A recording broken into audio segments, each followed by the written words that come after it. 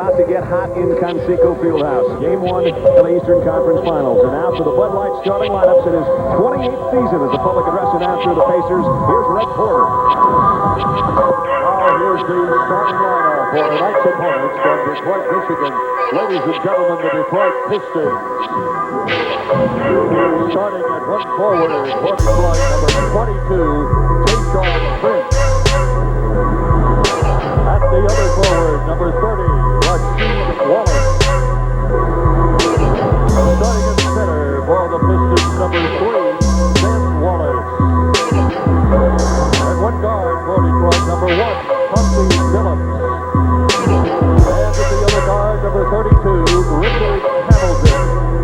The head coach, Larry Brown, the Detroit Pistons.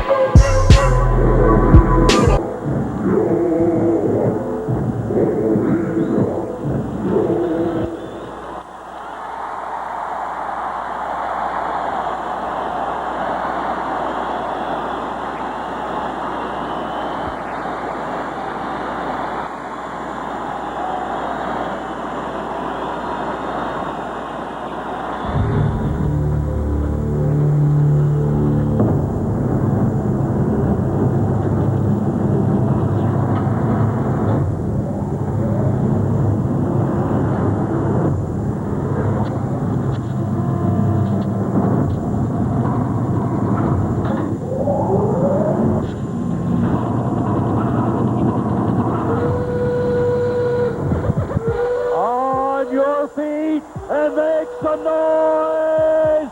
6 men, it's time to go to work. Now, let's meet your Indiana Pacers. Starting at one forward, number 7, Jermaine O'Neal. At the other forward, number 23, Ron Artest. At center, number 10, Jeff Foster. At one guard, number 11, Jamal Tinsley. And at the other guard, number 31, Reggie Miller. The head coach, Rick Carlisle, your Indiana Pacers.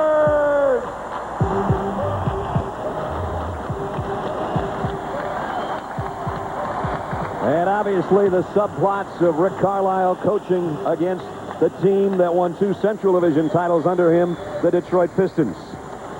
Also joining us, third member of our team. Let's go right now to Michelle Tafoya. All right, Brad. Well, Rasheed Wallace is still nursing plantar fasciitis in his left arch. Larry Brown told me earlier he doesn't know how Wallace is going to respond to that on just 1 day's rest, and that's going to be a concern throughout this series. Meanwhile, Tayshaun Prince is nursing a bruised ego, or psyche, rather.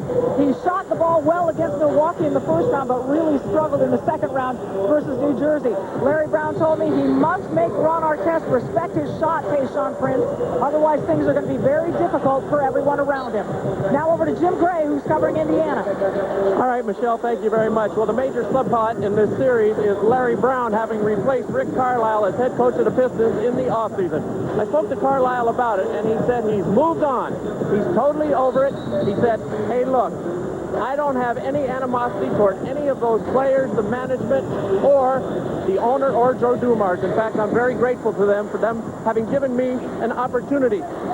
He says, if you're replaced by a Hall of Famer like Larry Brown, it's understandable. I asked Larry Brown about it. We spoke to him. He said, the reasons the Pistons are successful started with Rick. He set me a great foundation. Brad?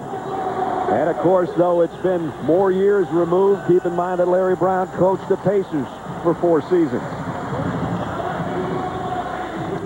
Yeah, Brad, it's really interesting, though, when you look at Rick Carlisle and what he did with the Detroit Pistons, and now they're in the Eastern Conference Finals, and he's coaching another basketball team, and, you know, he's such a classy guy. He takes the high road, and that's the way you should take. You know, though, deep down, he wants to win. Probably no animosity, but he wants to beat this team. There's no doubt about that, for a lot of reasons. He's the first coach to take 2 different teams to conference finals in consecutive years. Bernie Fryer, Mike Callahan, Ken Maurer, our officials Eastern Conference Finals Game 1 at Conseco Fieldhouse is set.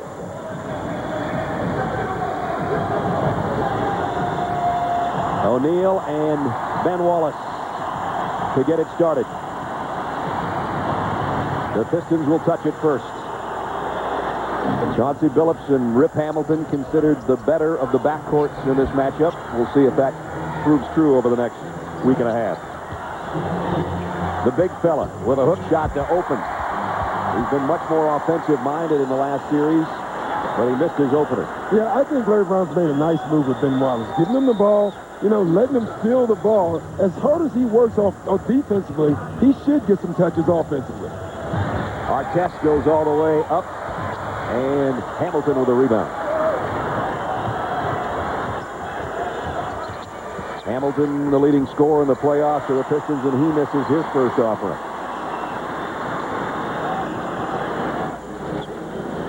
Tinsley's been pretty smooth, Doc, at the point position for the Pacers throughout the playoffs. Artest draws the first foul of the ball game. Yeah, I think Tinsley's been the unsung hero through the playoffs. He's the guy that gets them in their sets. He's not turning the ball over. He's playing within himself, which is really important. Now, you've already seen what the Pacers are going to do. They're going to take Tayshaun Prince down on the post, and they're going to try to post him up with Artest, and Artest is already on the foul line. And while Tayshaun Prince is the longer of the two, the muscle definitely belongs to the guy at the free throw line. Yeah, but you look at these two teams, and you look at Detroit, and you look at them with power, with Ben Wallace and Rasheed Wallace, but they're really an outside shooting basketball team. And then you look at the Pacers, they're long and they're lean, but they're an inside post team. So that's going to be the play in this series. If the Pistons can shoot it well from the outside, or if the Pacers can pound the Pistons inside. Artest is becoming more and more an offensive force for this team as the first 2 points of the ballgame.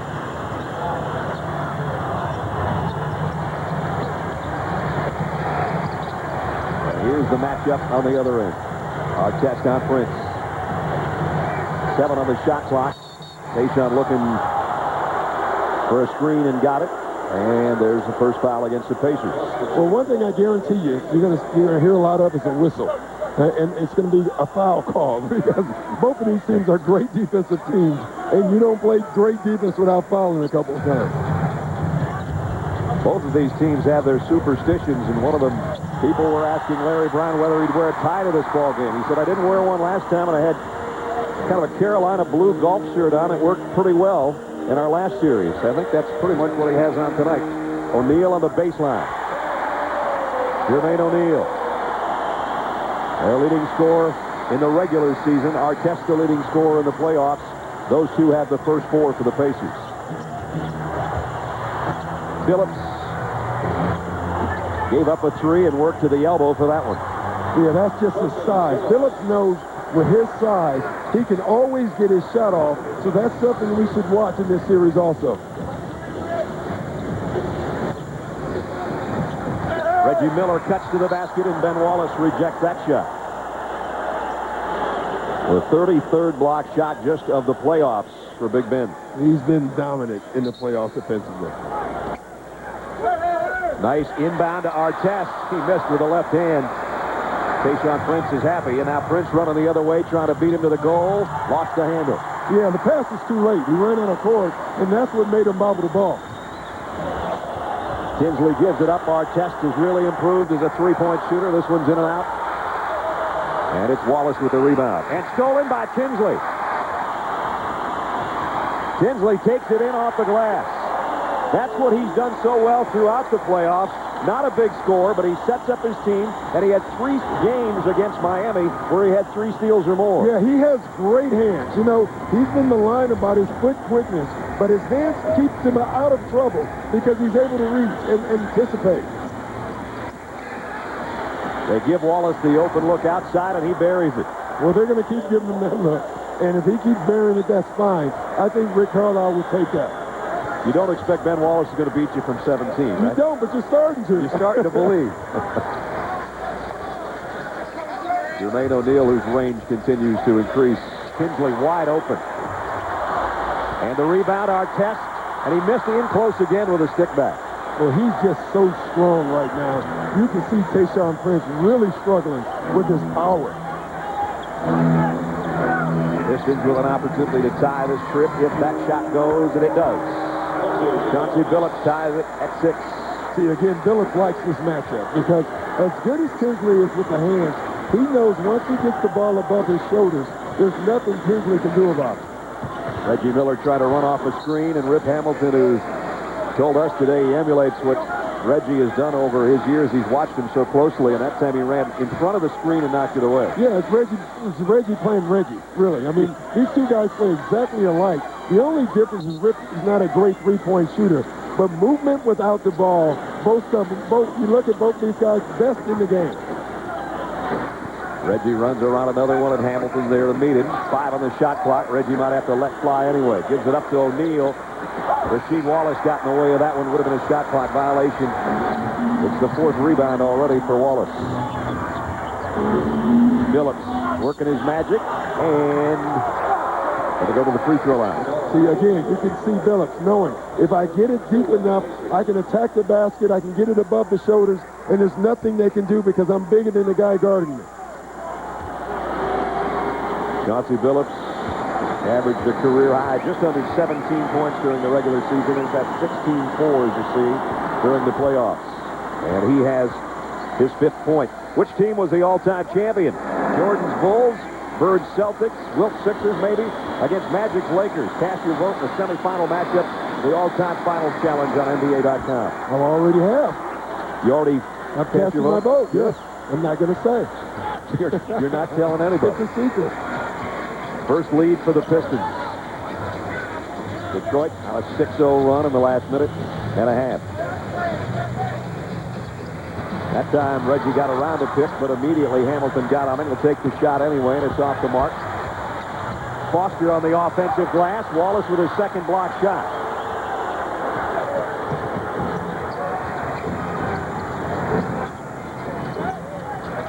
Pistons trying to take the big crowd out of it early, and they have here on 6 straight points. Foster saves it on the baseline. Nice hustle.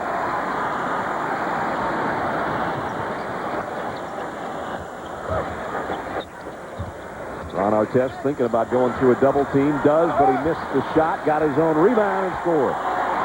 That's just, again, being more powerful. Tayshaun Prince actually had better position and was basically thrown out of the way with the power of Artest. Indiana had missed its last 6 shots before Artest ties it at 8. Hamilton over Reggie Miller. And in and out.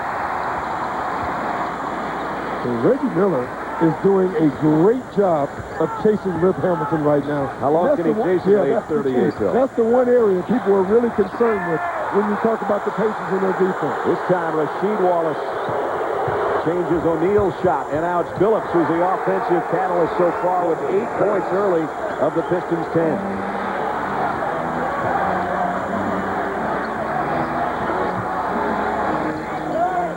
Reggie Miller looking for a foul call. Doesn't get it.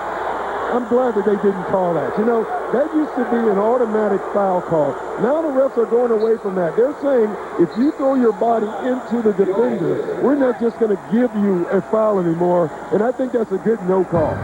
Neither team being given anything so far. 10-8 Pistons early. Larry Brown and Rick Carlisle. Quite a matchup as well. We'll talk more about that when we come back to Indy in a moment.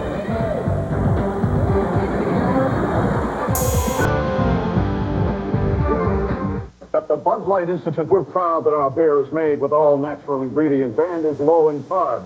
So few, in fact, it's easy to burn the carbs in one Bud Light. That's why we've created the Mini Treadmill 2010. Use your treadmill at home, on the town, in the gym. And it's stored conveniently away from you need to use it again. Order yours today. Fresh, smooth, real. Bud Light, it's all here. In troubled times, over chaos, Afghanistan, this is your time. Their country is real. What do you play for? Like this America. Only on a 2-disc DVD, your bonus feature, including an exclusivity with a real coach who took the USA all the way. Miracle. Only today on DVD and video.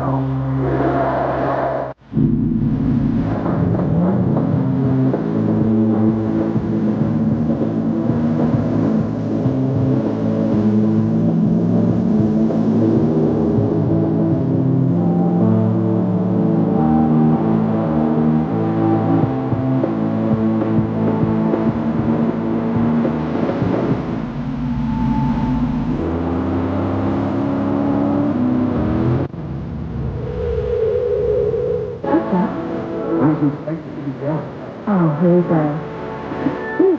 It's hot. Good thing I got a baby. Sorry, it's new. Didn't crispier than before. You don't mind? No. I'd like one. See what happened? Yes, I do. Wendy's new crispier spicy chicken. One of our 3 new chicken sensation sandwiches. There's no outside food. Either give it to you or you'll have to leave. Cheese. When I get to dinner, doesn't go live underway. Hello, New Jersey. The Detroit Pistons and the New Jersey Nets will start the Eastern Conference Finals. The seniors remaining on his contract and study. Brown stepped down today. Carlisle is out as coach of the Detroit Pistons. Fired just about 2-6 division finals. It's funny that the key to his success is his cultural statement as well. Rick Carlisle out in Detroit, replaced by the man who beat the Eastern Conference semifinals, Larry Brown. I know I will do everything I can every single day to make it better. Both of our coaches had different addresses last year. Pretty ironic that they would square off now here in the Eastern Conference Finals. Yeah, pretty ironic, but what we all expected. I mean, when you look at these two teams before the season on paper, you almost had to make a guess that this is who would face each other in the East, and so they are. In a playoff series, you see both coaches facing their old teams, only the third time it's happened.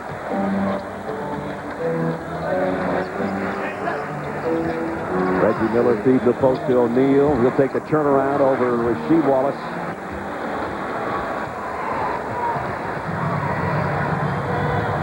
Pacers have 13 missed shots and have been blocked 5 times. So they're shooting not off to a good start.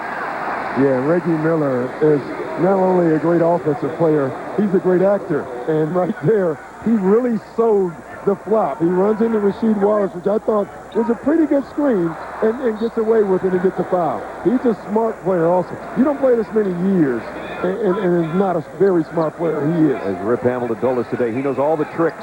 He said, I'm still trying to learn them. He's got them pretty good. Yeah, he does. He's in the middle of that pack at the elbow looking to run around O'Neal. He does get the inbounds, but they'll drop it off to Tinsley. 5:40 to go first quarter, and the Pistons in front by 2. Ron Artest with Tayshaun Prince on him, drives with a left hand. Boy, he's been inside plenty of times. He just can't finish. Prince going the other way, and he scores. Yeah, one thing about Prince, they talked about how his confidence is down, and it is down a little bit. And I was talking to Larry Brown before the game. He said the one thing he does know about Tayshaun, it doesn't take but 1 or 2 shots to go in, and then he thinks he's the best in the world. So that could be the start of something. Well, last year he played very little or scored very little in the regular season, and then the playoffs began, and he was one of the stars for Detroit last year in his rookie season out of Kentucky. Yeah, I had a lot to do with that. You know, I was coaching the Orlando Magic at the time, and we had the Pistons down. They bring in Tayshaun Prince. He turns the series around. He goes from that to being a go-to guy in the playoffs last year, and that is the reason that they didn't draft Carmelo Anthony. You know, they looked at Tayshaun and said, hey, listen, we already have one. Reggie Miller at the free throw line. He might as well just rack those up. 89% free throw shooter in his playoff career. That's his 2,724th playoff points. But he's been around 17 years, and he's still looking for a championship. That's a long wait. He knows he isn't going to get too many more cracks, and his young teammates know that, too. Don't forget. Yeah, they do. I think there is absolutely a sense of urgency for Reggie Miller. I mean, everybody wants to win a title, but I think these young guys want to win one for Reggie. Reggie cuts the Pistons lead to 2. Phillips was feeling it. Tayshaun Prince keeps it alive. Wallace jam. Straight down the middle for Big Ben. First offensive rebound for the Pistons was Tayshaun Prince's, and it immediately becomes an assist to Ben Wallace. Foster, they leave him wide open. He had one big game against Miami, career highs of 20 points and 16 rebounds, but he's not a big scorer. No, he's not, but he's a nice role player, and he's going to have to be effective, or they're going to be able to get away with running Jermaine O'Neal and limiting his catch. Oh, Hamilton, I didn't think he had enough room on the baseline to score that one. See, that's the advantage he knows he has over Reggie Miller. They both play the same game, but he knows he has a quickness advantage and can take him off the dribble. Pacers have missed 12 of their last 13 shots. They find themselves down by 6 at home here in game 1.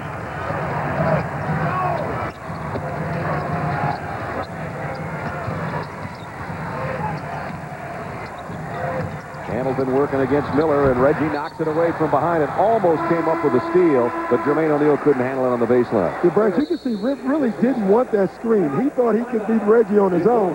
He actually was trying to get the screen to go out of the way because it brought more traffic. So the Pistons have opened up a 6-point lead here in game 1 of the Eastern Conference Finals. Big Ben going straight down the pipe. 16-10 Detroit.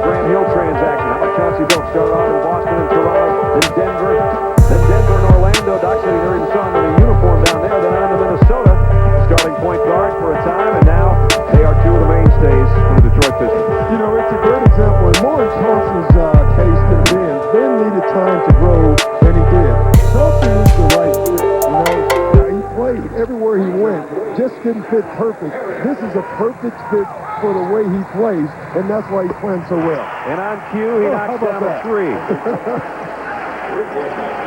He has been definitely the right fit for the Pistons in this opening quarter.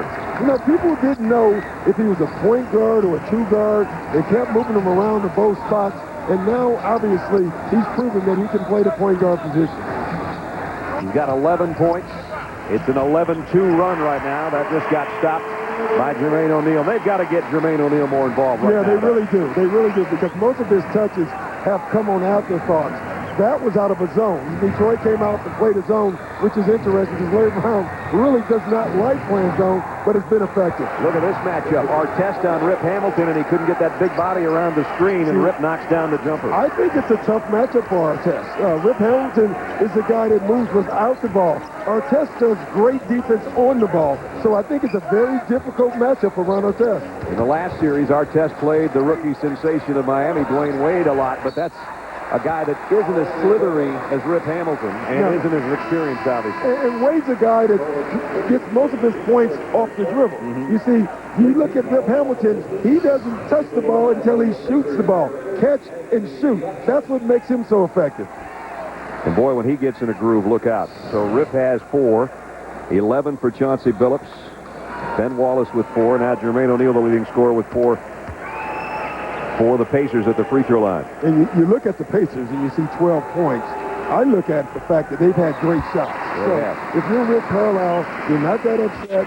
You're not making shots. You're not playing well right now, but you're getting good shots. Artest, how many? 4? One for 8, and I bet 4 of them at least were within 3 feet, right? O'Neal got both free throws. 6 for Jermaine. It's a 7-point game with 2.5 to go first quarter. Pistons on less rest definitely have come to play on the road.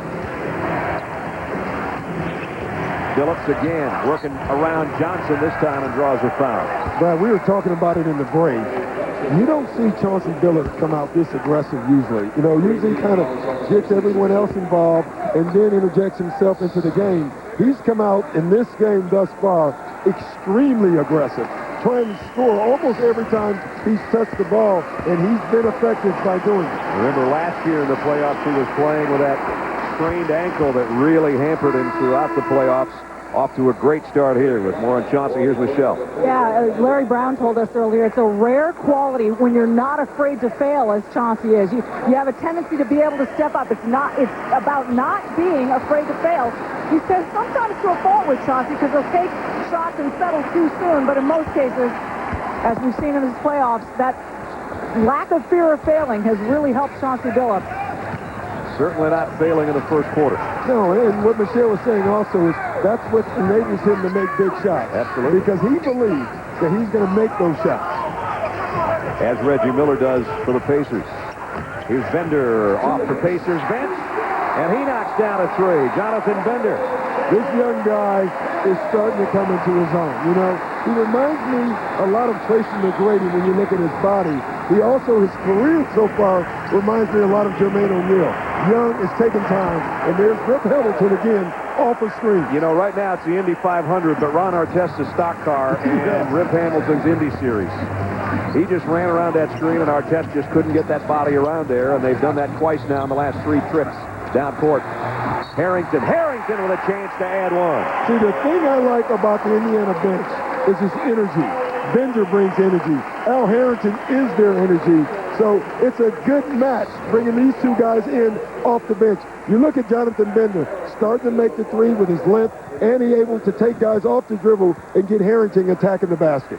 That's what they need. Even though they're down by 6, the Pacers starting to pick up the pace, and their bench has been sensational in the playoffs, especially the first round. They went to sleep a little bit against Miami, but in the first round against the Celtics, their reserves were sensational.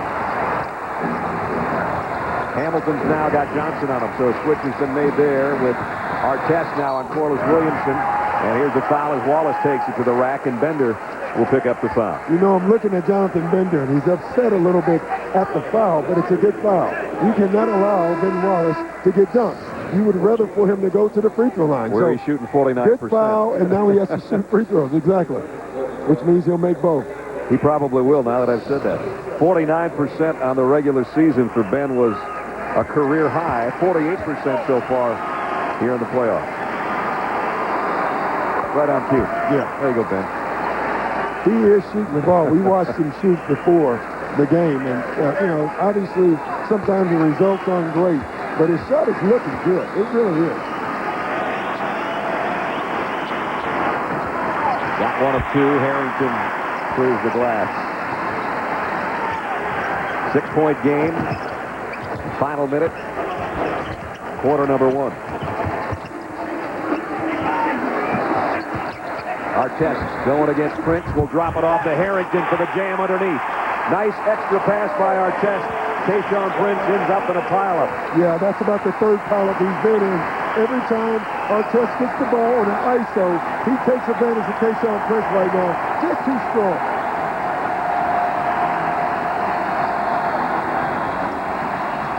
Williamson throws it away. Johnson bringing it the other way. The crowd on its feet. Final half minute of the first quarter.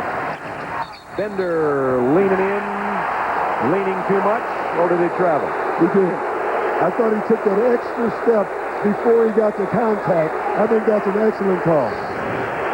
Watch down low. 1, 2, that third step is why you had to call it. First turnover by the Pacers in the ball game. In the regular season game they lost to Detroit, they turned it over 21 times. Well, Rick Carlisle said they can't turn the ball over. That's giving the Pistons points that they normally wouldn't get. We cannot give them easy hoops. Eldon Campbell trying to post up Austin Crozier, and they turn it over. Yeah. I tell you, again, Rick Carlisle goes to his bench.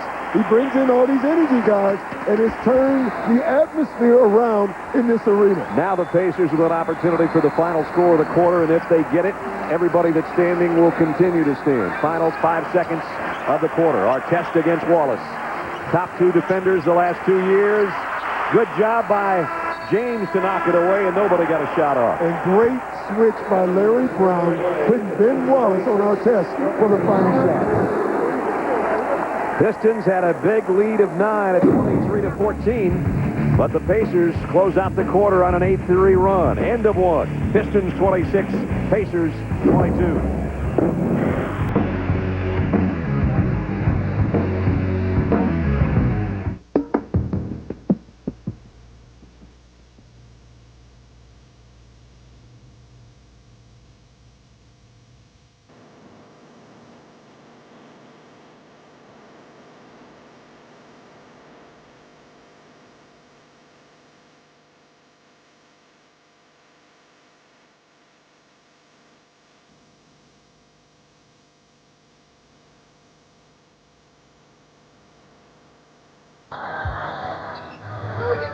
Bender, quick first step, and he's fouled by Tayshaun Prince. That's the second on Prince. Check in with Michelle. Well, during the last timeout, Larry Brown was commenting on this crowd. They've gotten louder as Indiana has gone on this run, and it's made it tougher for Larry Brown to get the calls in to Mike James. So he told Mike James, look, you've got to get the signal and make sure everyone understands it so we can run the play, Brad. Well, on top of that, when you don't have a play and you don't know a call, you always look for your best player, and you just try to get him the ball. Bender this time runs into Okur, and the ball comes out. Turnover by the Pacers. Harrington switches off now on to Rip Hamilton. Tough catch down low by Campbell. He's triple teamed, and Harrington with a steal. Takes it right back is Hamilton. One each way there.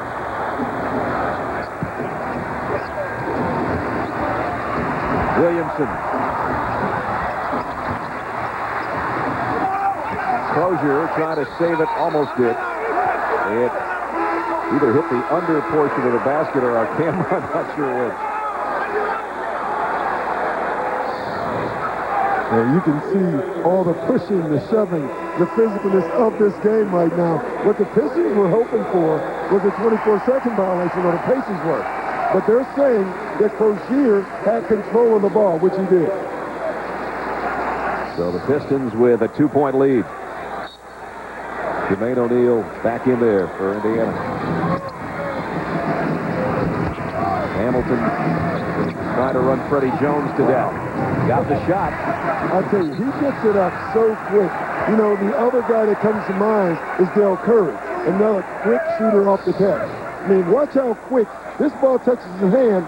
bam, it's up. Yep. So you have to really lock and trail and get tight with him. Pistons with a fresh shot clock.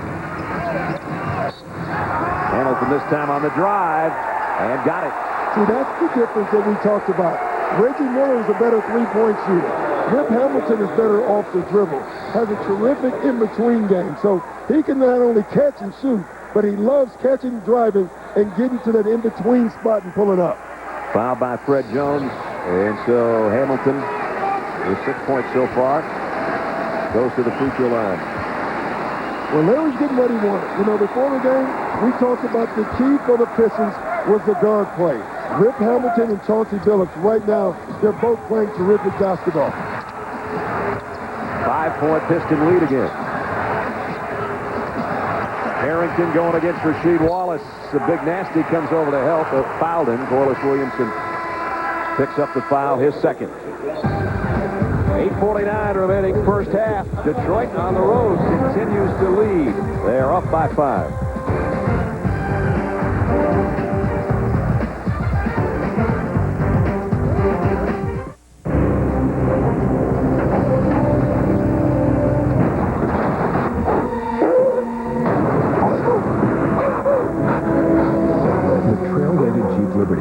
With its Command Track 4-wheel drive and dynamic suspension system, it'll get you out of the most impossible situations. Now get an additional $1,000 for a total combined cash allowance of $3,000 for qualified buyers who finance through Chrysler Financial.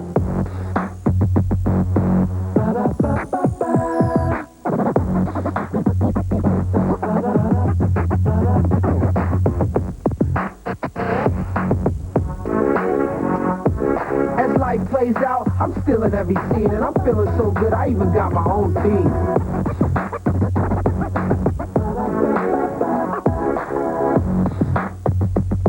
McDonald's, I'm loving it. If your outdoor cleanup projects never end up as clean as you hoped, meet your new best friend, the heavy-duty Husky 1750 Power Washer, only from the Home Depot. Call, click, or visit today and see the difference between getting stuff wet and actually getting it clean. With over 17 times the power of the average garden hose. Just hook up to water and plug it in. Then start blasting away even the toughest grit and grime with 25% less water than a hose. Brighten up a dirty fence. Give siding new life. Get your Husky 1750 today for just $179. You'll get spray and turbojet nozzles, extra long hose and power cord, plus a 30-day money-back guarantee. Order right now and shipping is free. So call, click, or visit your local Home Depot store today and finally start cleaning things up, not just rinsing them off. The Home Depot. You can do it. We can help.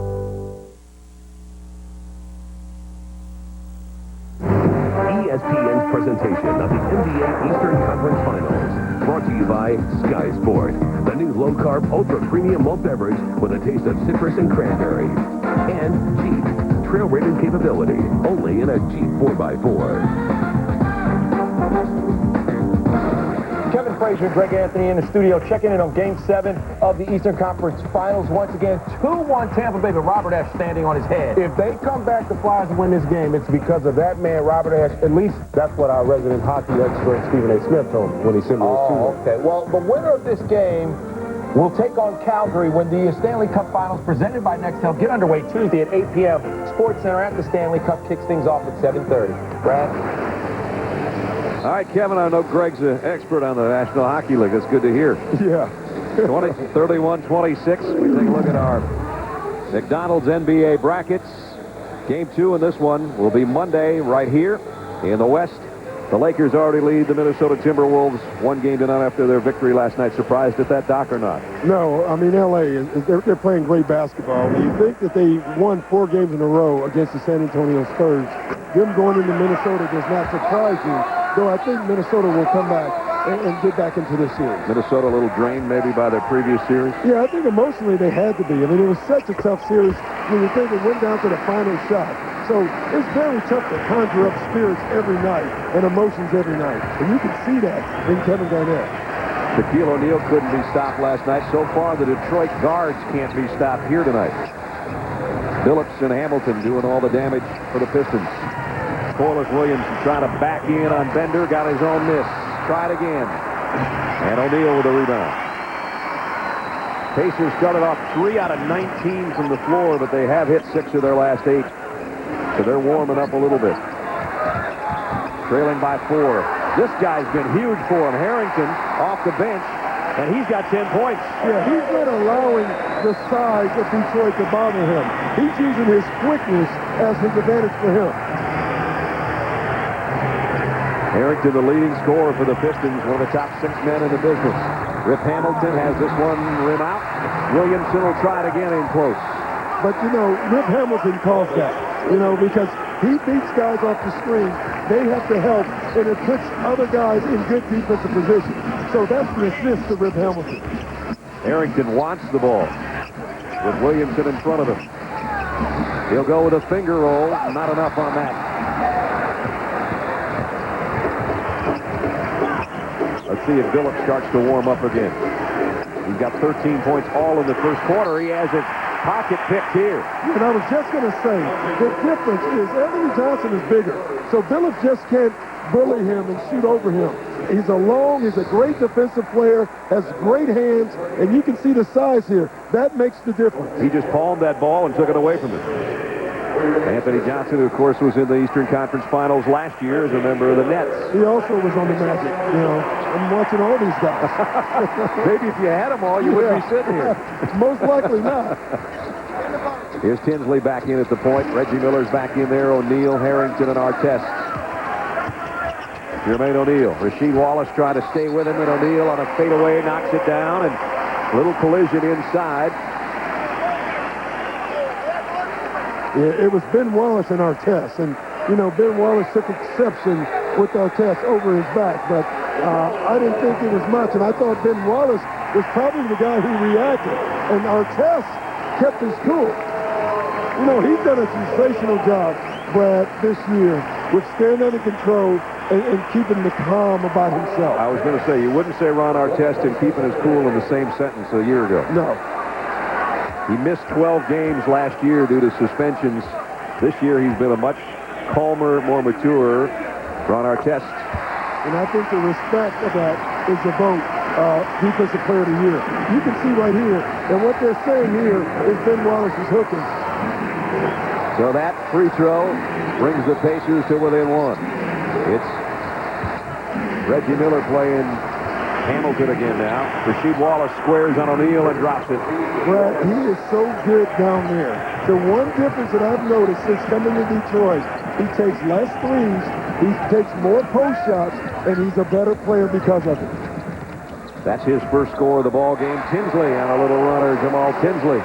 And now both teams warming up with 6.5 to go in the half. 35-34 Detroit. You know, both great defensive teams, but I got to tell you, they've had great looks, both teams, all night thus far. Now they're starting to drop. That's the difference. I think Reggie Miller is just fouling Rip Hamilton, running him out of bounds, trying to stay with him on that baseline. Well, it's almost a guarantee. I can guarantee you this. If you hear a whistle away from the ball and Detroit has it, it's because Rip Hamilton is causing havoc with his movement. Detroit takes a timeout with 6 minutes, 21 seconds remaining in the first half. Wallace and Wallace. Rasheed Wallace now getting in the act. His first basket over O'Neal. Pistons lead by 1.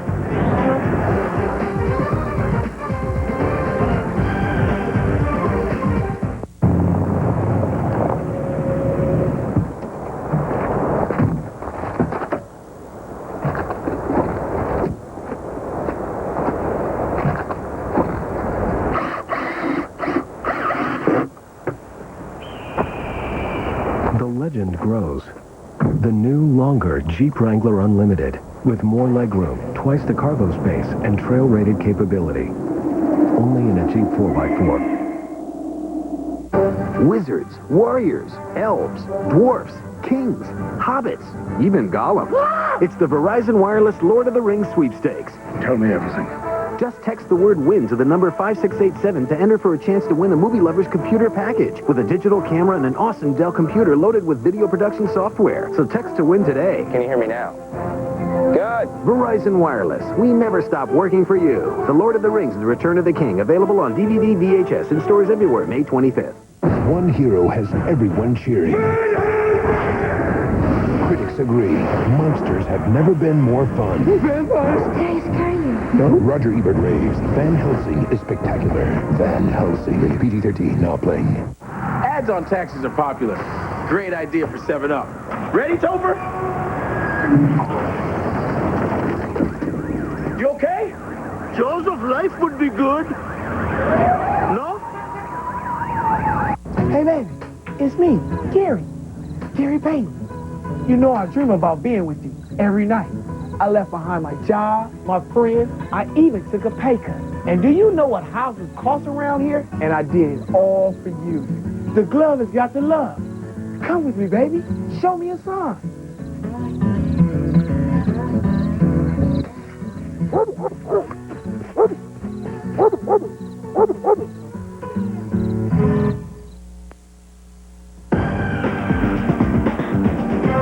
You're watching the NBA Eastern Conference Finals on ESPN. Where the Detroit Pistons lead the Indiana Pacers by 1. Rasheed Wallace had the basket before the timeout.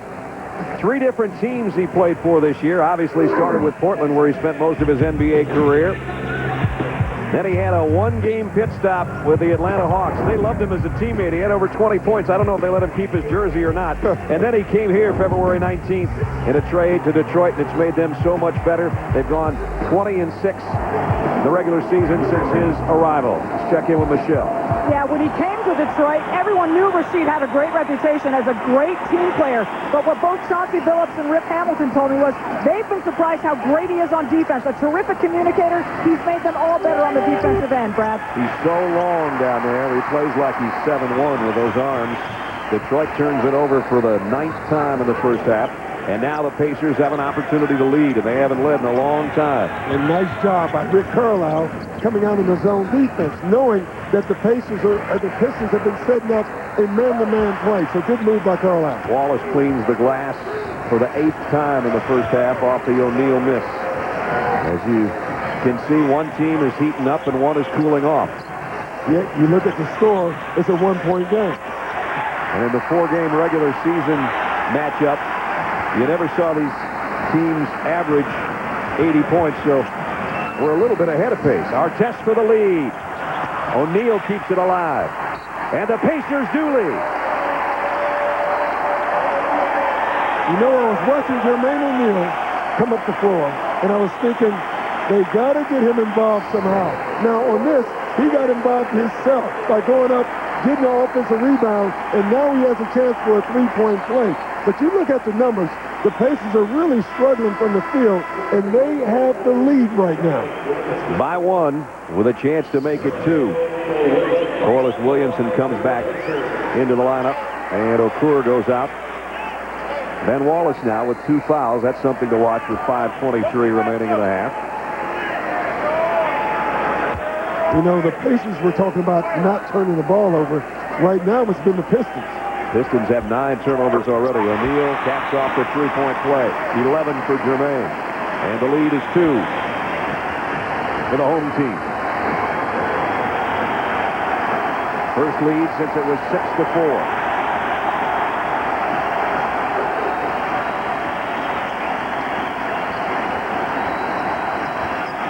Corliss Williamson over Harrington. Rebound O'Neal.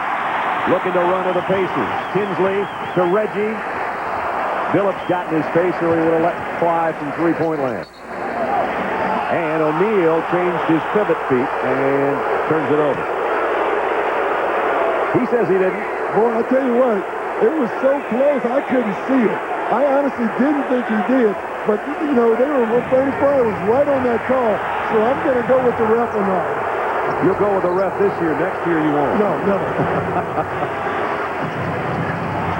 Detroit looking to tie it up. Corliss Williamson leaves it for Wallace. One of the Wallaces comes up with it. It's Ben. Now it's Rasheed. Harrington, the outlet to Tinsley. Coming down 2-on-2. He'll take it to the rack. The follow by Harrington.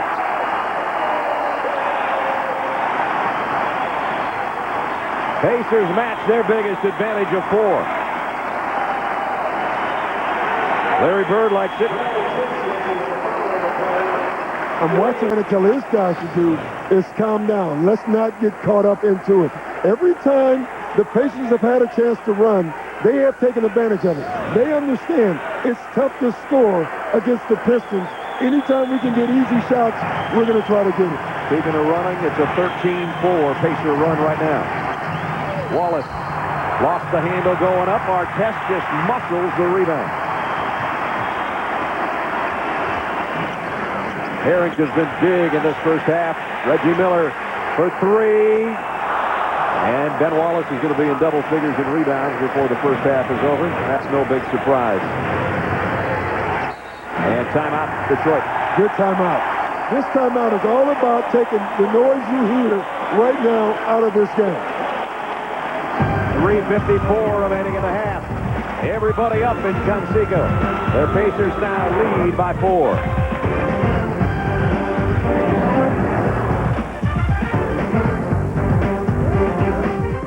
Evil threatens the existence of man. Necromongers. They will kill every last human life. But on June 11th, it's time to end this world. The resistance begins. Are you with me?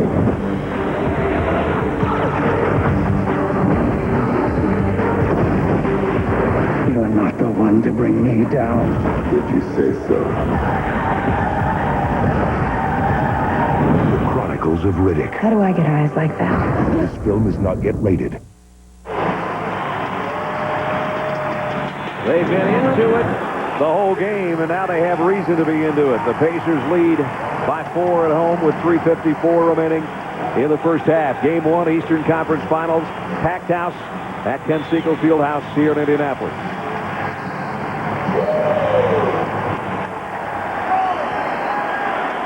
The Pacers haven't been in the finals since 2000, and they want to go back. Wallace has missed twice in close.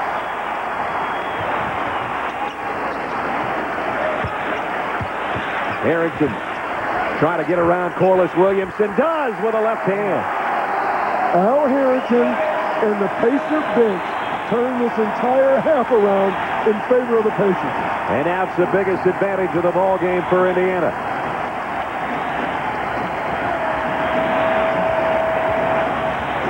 Can Billups quiet the crowd? Momentarily he does. 15 for Chauncey. What was that, size? That's all that was.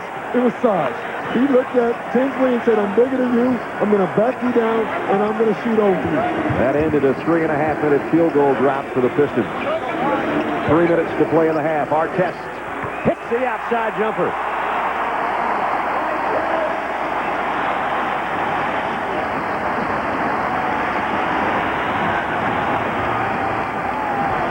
Seven in the quarter, 11 for the game for Artest.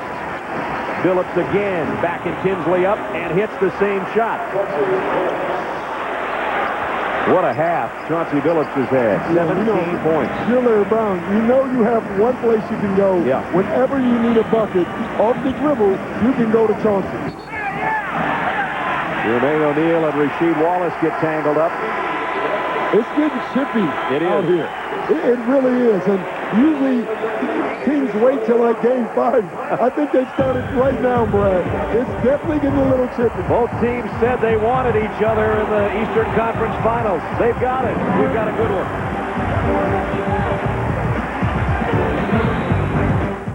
You guys ready for this? Let's do it. Introducing the new Jeep Wrangler Unlimited with the Sunrider soft top. With more passenger room and twice the cargo space, you'll be able to bring so much stuff that you're bound to forget something. Hey, what's up? Got everything, right? Yeah, we got everything. Why?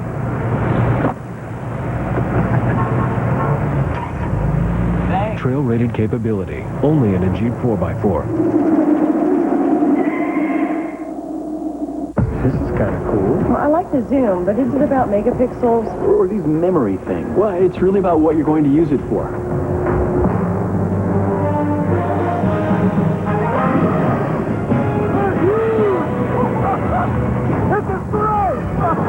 Perfect.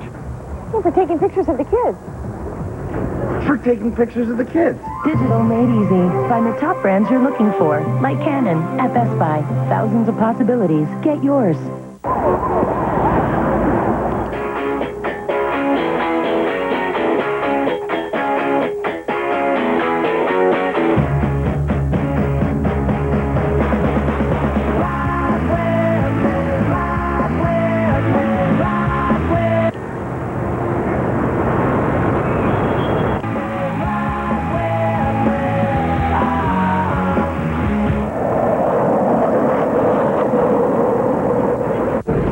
Threatens the existence of man. Necromonkers. They will kill every last human life. But on June 11th, It's time to end this world. the resistance begins. Are you with me?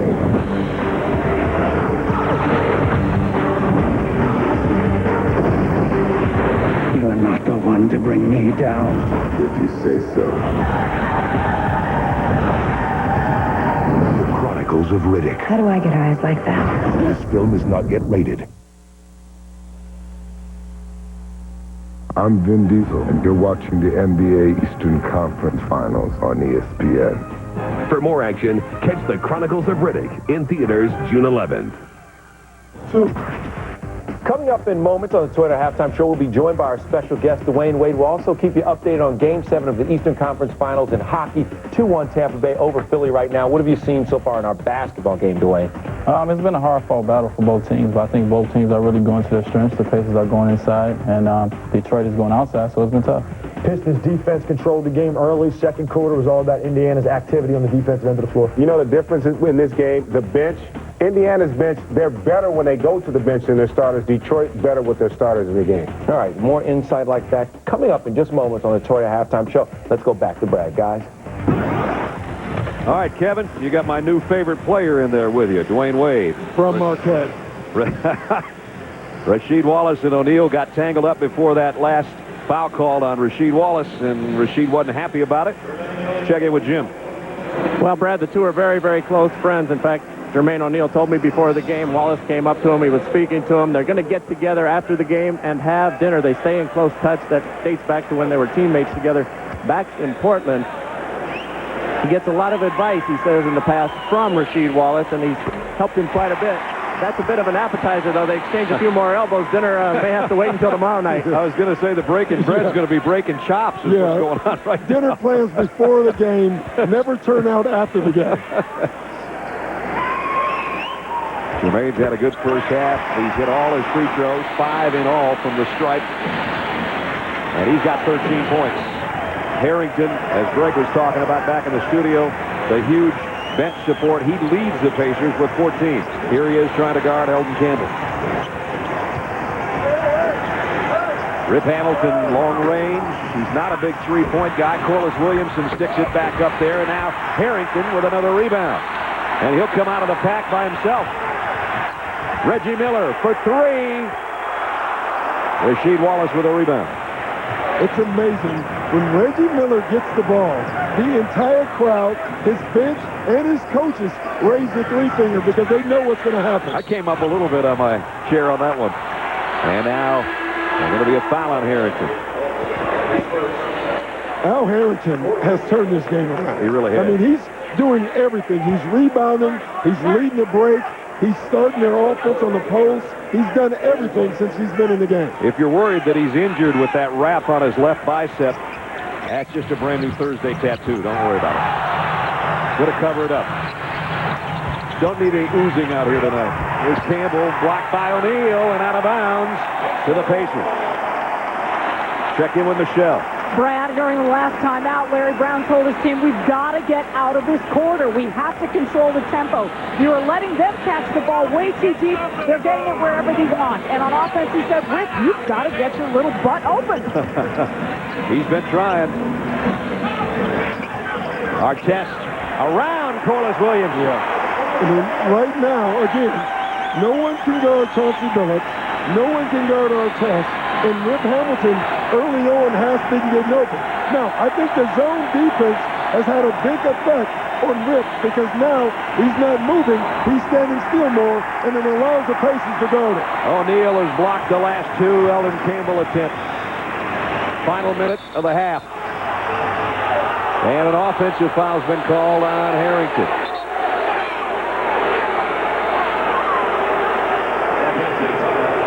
Well, Al Harrington is upset because he's saying flop.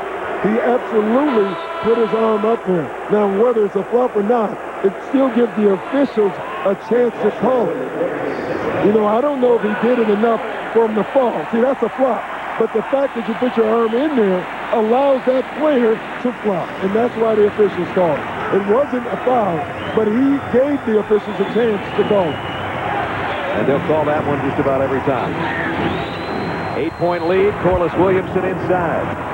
Nice drive to the basket and a good look on the pass. Williamson with 4 off the Detroit bench. And he's been effective. Final 30 seconds of the half. 10 on the shot clock. Artest. Can Williamson stay with him? Tried a little scoop shot on the baseline, and now it's a foul on Corliss Williamson. And the intensity is picking up. That's 3 on Corliss Williamson, and that concerns Larry Brown. Tomorrow night on TNT, the Lakers in Minnesota will go at it. Game 2 of the Western Conference Finals at 8:30 Eastern. And then Tuesday night on TNT, the Lakers and the Timberwolves, Game 3, 9 o'clock in the Western Finals on TNT. And Ron Artest, this is his first free throw of the ballgame. Pacers have only missed 2 free throws in the first half, so between the bench scoring and what they've done at the line, they've helped their cause, and there's what Ron Artest has done so far. Yeah, but, you know, the game started, and it was all Detroit's energy. Rick Carlisle goes to his bench, and from that point on, it's been all about the Pacers and their energy, and Larry Brown is right. What he's trying to do is get his team out of this half, and get them out of this half without being down by 10 or 12. Let's see if they can get the last score of the half. They trail by 7. Billups has been the workhorse and the scorer for Detroit. Anthony Johnson is on it. Chauncey, did he walk with it? Yes, he did. See, another great substitution. Rick Carlisle knew.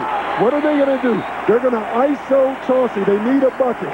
So he brings in Anthony Johnson, a bigger guard, a guard that can do a pretty good job on him, and he causes the turnover. 4.6 remaining in the half. Pistons will be trailing at halftime. Indiana's got it when we come back.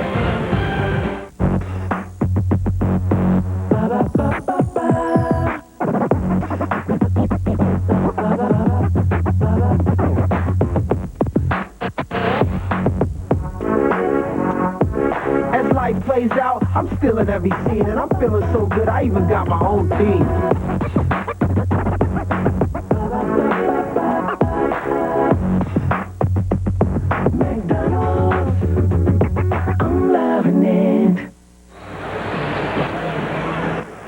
Brad Nessler, Doc Rivers, Michelle Tafoya, and Jim Gray back with you. Final 4.6 seconds. This is when I look at Miller time. Yeah, I think so does Detroit. Wouldn't be shocked to see them go zone, but they won't do that. They're going to try to pressure the ball and make Indiana take a tough shot so they can't get in their offense in time. Fred Jones is in there. He'll be the guy to trigger it. Johnson, Miller, Artest, and O'Neal, the other 4 Pacers on the floor. And now you hear the chants of Reggie from the sellout crowd.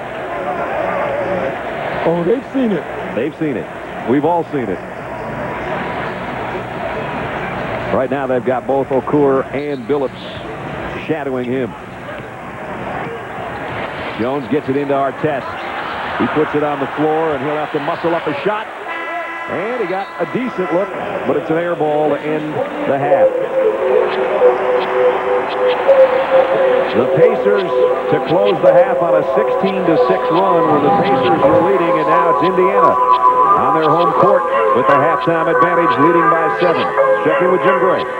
All right, thank you very much, Brad. With Al Harrington, he had 14 points and 6 rebounds. How did you manage to turn this game around coming in off the bench? I just came in just to play the game. You know, a lot of the media have been saying that our bench was struggling, so, you know, I took all the pressure on me and I had to come out and play good.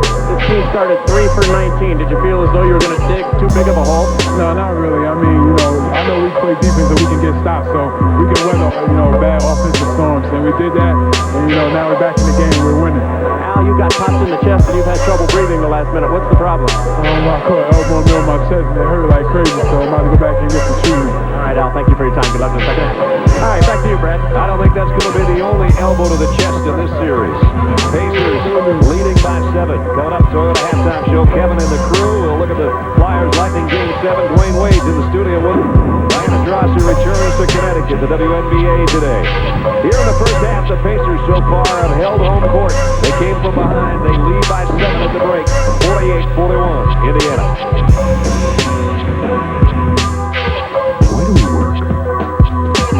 Why do we get up every day and go to work?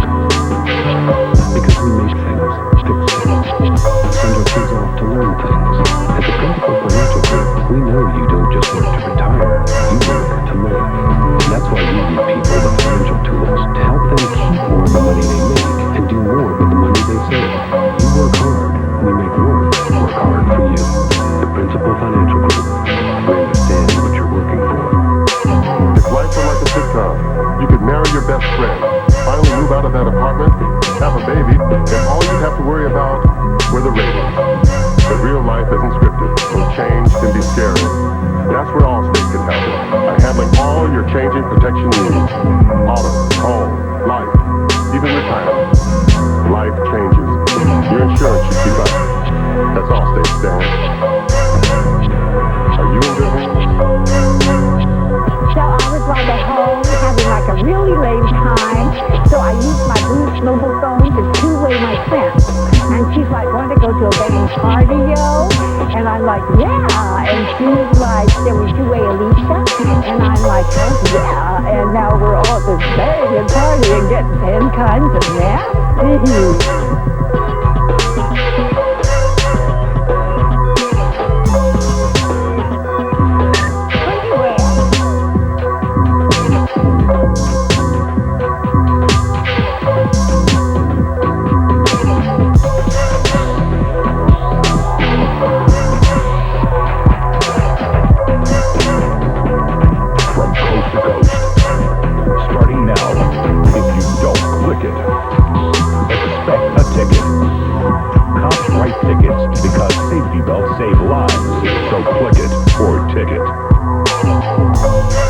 Presents lessons from the NBA, firing up the crowd.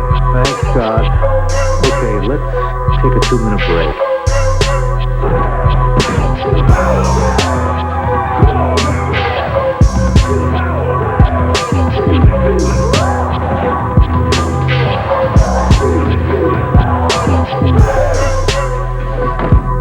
Thanks, NBA, for leading the way. All right, where were we? See that? That's the best chicken sandwich there is. They have these inside? Here? No, you have to go to Wendy's across the street. That's Wendy's new home-style chicken sandwich. Are you with Wendy's? Well, unofficially. It has a special new blend of seasonings and a creamy, tangy sauce. Wow, this is good.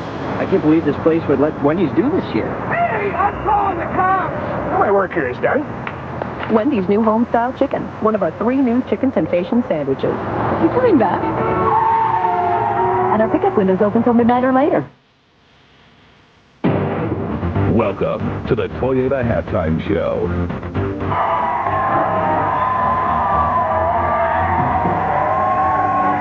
The crowd outside at Times Square Live is at Stamford and Pacifico Fieldhouse, where the Pistons and Pacers are doing battle in Game 1 of the Eastern Conference Finals. Pacers lead 48-41 at the half. Meanwhile, our guest, right here on set, the man who helped lead the Miami Heat all the way to this Eastern Conference semifinals, and really almost took him to the motherland, Dwayne Wade, and one of just 5 rookies in his career, and well, at least in the last 50 years, to lead his team and scoring pretty impressive company when you look at the guys here right now. Why are you looking at me like that, Greg? I know you're the president of the fan club, but you almost took him to the motherland? Dwayne, congratulations on a great season, and don't mind the haters. I ain't got nothing but love. The point quiet now. All right, well, right off the bat, let's talk about this game going on right now. Pacers and Pistons, and your thoughts in the first half.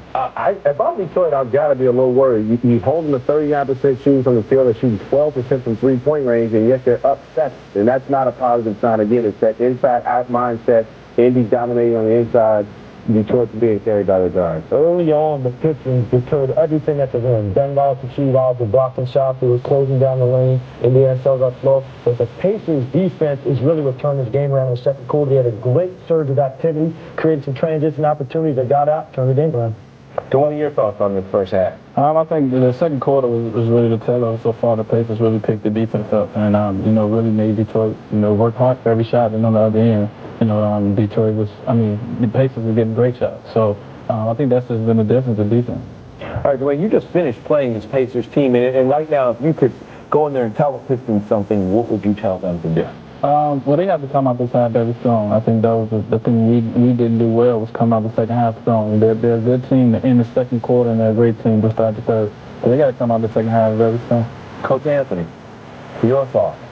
I think if I'm Detroit again, I got to try and establish an interior presence. I got to get Rasheed Wallace going on the block. I like Larry Brown trying to get Eldon Campbell, the old fossil Campbell going, but they're going to need Rasheed Wallace. Rasheed Wallace is really going to be the key player because they need him to score on that block. He's the only player they have with the ability to do that. I think Larry Brown has to find somebody to go out Henderson because everybody who's gone up against has been a mismatch. He's gone over Corliss Williamson. He's gone around Eldon Campbell, no matter who they put on him. He's going Frazier, so they need to run people out and get the ball in his hands because he is definitely an ease on the offense. Maybe they could get the win.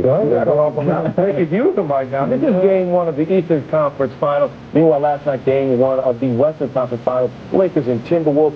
Everyone focused in this game. But you had to figure the Timberwolves had a little hangover after Game 7 of this semifinal series, and we saw it. Michael O'Candy, 8 points in the first quarter, but from there, all Lakers. Kobe Bryant, fantastic, and as always, the daddy led the way. Kevin Garnett kind of locked up. Tim? Well, I think Karl Malone came out. He understood Kevin Garnett's tank was somewhat empty going into that game. The emotional energy he spent in Game 7 against Sacramento. Karl Malone was very physical with him early in the game. Took his leg. Kevin Garnett really never put his stamp on this game at all. Very quiet night, 16-10, but it was a quiet night for Kevin Garnett. Never really impacted the game. Derek Fisher had a big game also. Oh, he had a tremendous basketball game. And, that's the advantage that the Lakers have because of that dominance of Shaquille O'Neal and Kobe Bryant. That's going to provide a lot of scoring opportunities for guys like Derek Fisher and Devin Jones. If they step up and make plays, the Lakers are going to be pretty much unbeatable. Dwayne, the Timberwolves in trouble. This second game, how would you attack the Lakers? Well, when the Lakers are ready to play, it's pretty much no stopping them, especially when Shaq and Kobe are on the same team. And then you got guys like Derek Fisher playing the way he's been playing. They're an unbelievable team. But does Minnesota have a chance, though? They're at home. I think any team at home got the chance.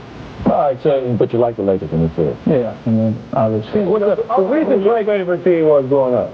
Chicago Bulls. All right. You grew up in Chicago. That doesn't mean anything. You grew up in Maryland. Don't know what your favorite team. You're real funny. I was a big Vancouver Grizzlies fan until they drafted his point guard at UNLV.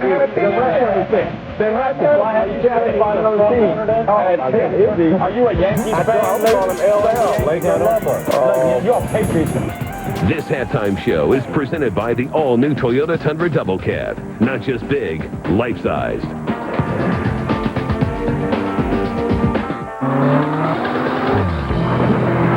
Toyota's nationwide sales drive. On now at your Toyota dealer. Featuring 5-time champion Camry, America's #1 selling car. And another fan favorite, Corolla, a 7-time Best Buy winner. You'll also find an outstanding selection. And with incredible values on Toyota's crowd-pleasing cars, you're sure to come out a winner. The race is on. Don't miss this event. Toyota's nationwide sales drive at your Toyota dealer now.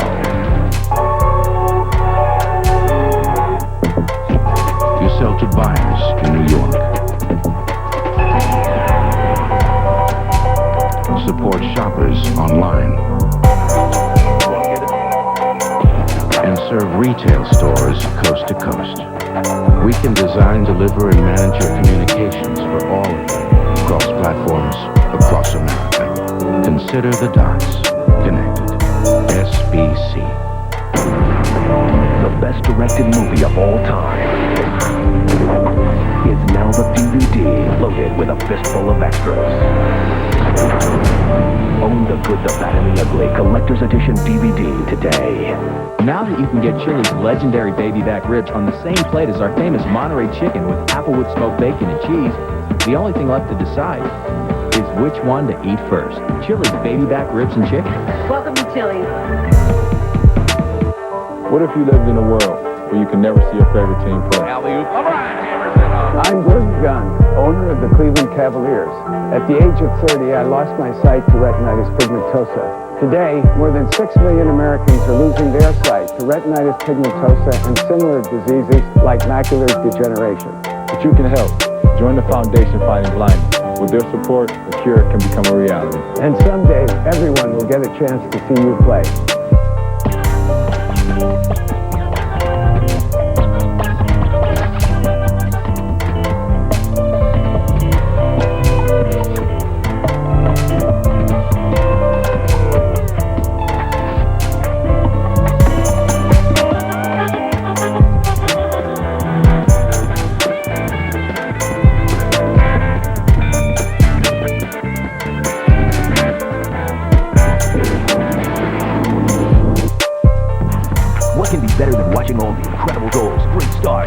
Of an MLS match? Watching well over 100 MLS matches this season. The only way to do that is by signing up now for MLS Direct Kick. For only $69, you can catch all the live action and drama the entire MLS season has to offer. Show your passion for the sport you love.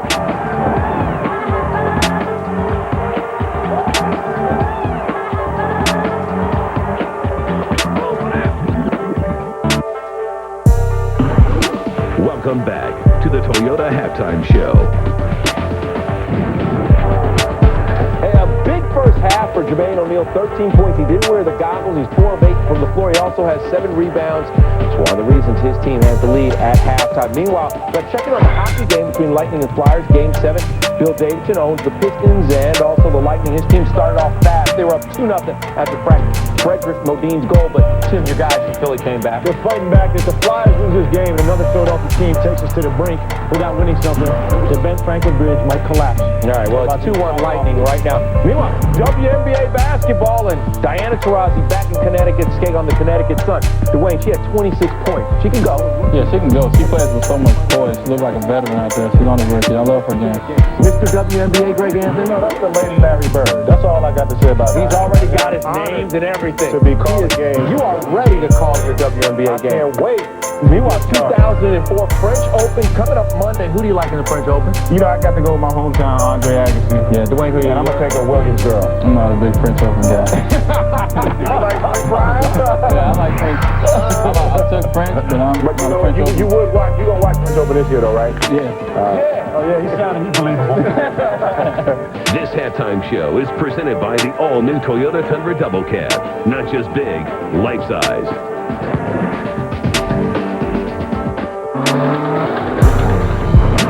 Toyota's nationwide sales drive is at your Toyota dealer now. Featuring adventurous star performer 4Runner, given an excellent value rating. And another front runner, the smooth-riding Highlander, recognized for having the lowest fuel cost in its class. You'll also find a full lineup of versatile SUVs. And with amazing values, you're sure to come out a winner. The race is on. Don't miss this event. Toyota's nationwide sales drive at your Toyota dealer now.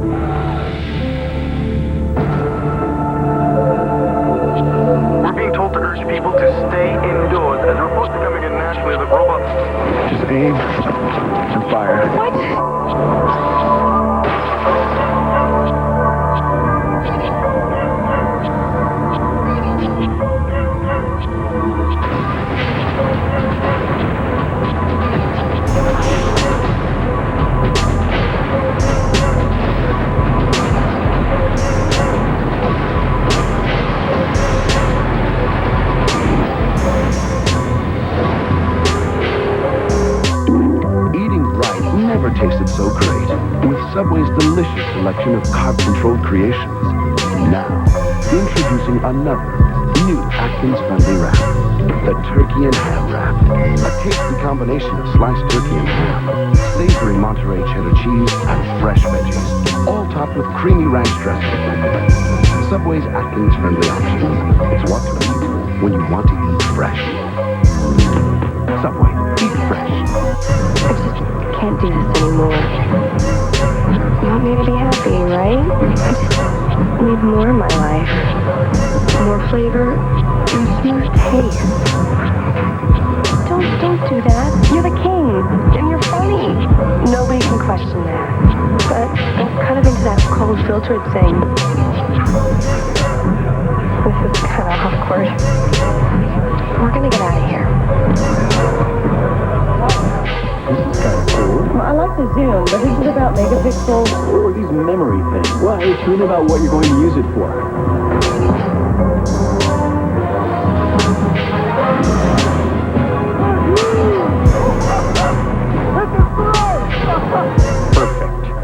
For taking pictures of the kids.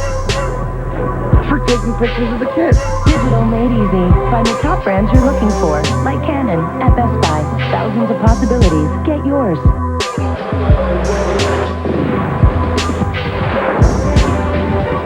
Game one of the Eastern Conference Finals. First half, the Nike first half statistics favor the Indiana Pacers, who lead by 7 at the break. They started off very cold, but they definitely warmed up as things got going, and they closed out both the first and second quarters on nice runs, and that's where they are right now, leading 48-41. Welcome back, everybody. Brad Nessler and Doc Rivers. This one looked like it was going to be all Detroit early. Indiana was kind of sleepwalking their way along. Ron Artest at one point was 1 for 8. All of a sudden, their bench came to life. As Al Harrington was the story of the first half. Al Harrington was absolutely the difference in the first half because of his energy. As we take a look at the Chevy game track, you're going to see that he was part of it, but also for Detroit early, the 2 guards got off. Well, that's what they had to do. They wanted to establish their guard play early, and they did. Chauncey Billups and Rip Hamilton got involved early, and then Rick Carlisle went to his bench, and Al Harrington single-handedly turned this game around. And where he turned it around was just overall bench play. Vineyard gets involved, draws some fouls, get a couple assists, makes a 3. I think the energy is the difference. The hustle board is the difference so far in the first half. Mike Brown and Ron Artest talking on the sideline as we check in with Michelle Tafoya. Well, I checked in with Larry Brown coming out of the locker room. He said foul trouble really hurt his team early, that the team lost its poise when they got into foul trouble. He said we also didn't share the ball well, and that was a problem. And most of our turnovers came when guys jumped up to take a shot, then tried to make a fancy pass instead of making the pass before they jumped up to take a shot. He also wants to look for his team to get to the foul line more so their free throw attempts go up. Now let's check in with Jim Gray, who's covering Indiana. Jim? All right, Michelle, thank you. Al Harrington just went back into the locker room. I spoke to him. He is having trouble breathing. He took a shot in his chest on the right side. David Craig took him back there. He may go take a little bit of oxygen. He hopes to try and play here in the second half. As for Rick Carlisle, he told me that he can't let these 2 guards continue to get off, Hamilton and Billups, and he said we must start the third quarter much better than the first. We can't dig a hole like that again. We won't dig out. All right, Jim, we have to watch the Al Harrington situation very closely because he was a huge part of that first half, as we talked about, and we're underway in the third quarter. And I think that the 2 things the Pistons have to do a better job. They have to get to the foul line, number 1. The Pacers shot 15 free throws to the Pistons 7, and they can't turn the ball over. The Pacers forced 10 turnovers in the first half. And so if you want to watch the stat, those are the 2. And part of what you saw graphically there fits exactly with what you're saying. To get to the foul line, you got to get some of your big guys going to the rack. Tayshaun Prince on a runner didn't get fouled, but he did knock down only his second field goal. But Billups and Hamilton can't do it all by themselves. No, they can't. I think the other place they have to go is Wallace. Rasheed Wallace down on the post. Here's Jermaine O'Neal. He and Reggie Miller play catch, and now it's O'Neal across the lane. And rebound, last touch by whom? They're going to be the Pacers' ball. Yeah, if you look at Rick Carlisle, you're thinking one thing. We haven't really got Jermaine O'Neal involved on the post. He has scored, but not much on the post. Remember, only 3 on the shot clock as Reggie Miller inbounds. Artest fades away. Long shot and got it. Well, he intercepted the pass to Tinsley. That ball was going to Tinsley, and Artest played defense on offense and scored 3. Boy, this guy's multifaceted. You can talk all you want about his defense. His offense just keeps getting better. 8-point Pacer lead again.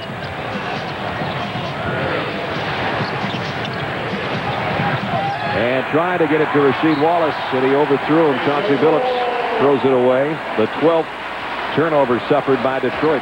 Well, the reason he couldn't get it to him is because Rasheed Wallace is posting at the three-point line. That's a little bit far away from the bucket. Reggie Miller for three. And Foster with the offensive rebound. That's what he does so well. Artest contested. 3-on-2 for Detroit. Rip Hamilton. There's not too many guys that can shoot that shot any better than he can. The in-between game is what makes Rip Hamilton so good. And the reason you just don't find that many guys that can shoot from 15 feet, I guess, too many three-point shooters and too many guys looking to slam dunk all the time. But Rip's got it down in an old-fashioned sort of way. Artest against Prince. Tayshaun did a good job that time. Defense. But Foster kept it alive again.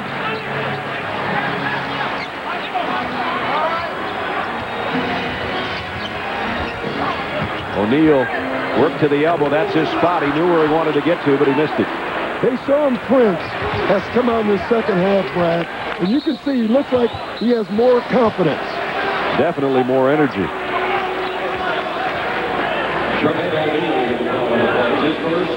Jermaine O'Neal picked up the foul. That's his first. Tayshaun just 4 points, 1 field goal in the first quarter, 1 here to start the third. Billups pull up over Tinsley. See, that's what Larry Brown was talking about. Not a lot of ball movement. But the bad part about a point guard trying to score is that no one else is involved. Now, they need his points, but they have to figure out a way of getting his points and still getting everybody else involved at the same time. Detroit turns it over again. O'Neal, nice extra pass to Tinsley. The maturity of Jermaine O'Neal. It's not about the points for him anymore. It's about winning basketball games and making his teammates better. He knows he's going to be a 20 and 10 guy. That'll take care of itself. Hamilton over O'Neal. Wow. What a shooter. 13 for Rip Hamilton. It's like a walk on the park. You know, he just keeps moving along, gets open shots. When he gets it, he takes it. Playing with the face mask that he says he's gotten accustomed to after 2 broken noses. He's definitely seeing the basket tonight. We know that. And Tinsley, too much juice on that one for Foster. Yeah, that was the Pacers turn it over. That was Randy Johnson-ish.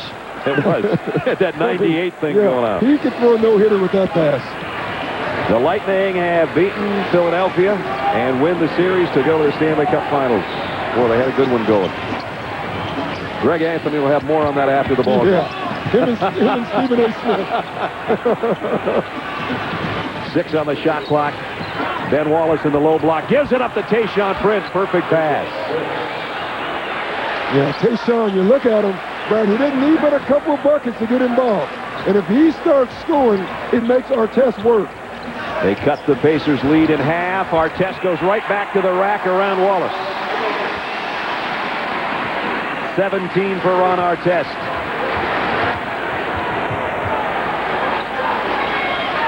Billups trying to shake Tinsley. Running the baseline. Ben Wallace on the feed. Partially deflected underneath.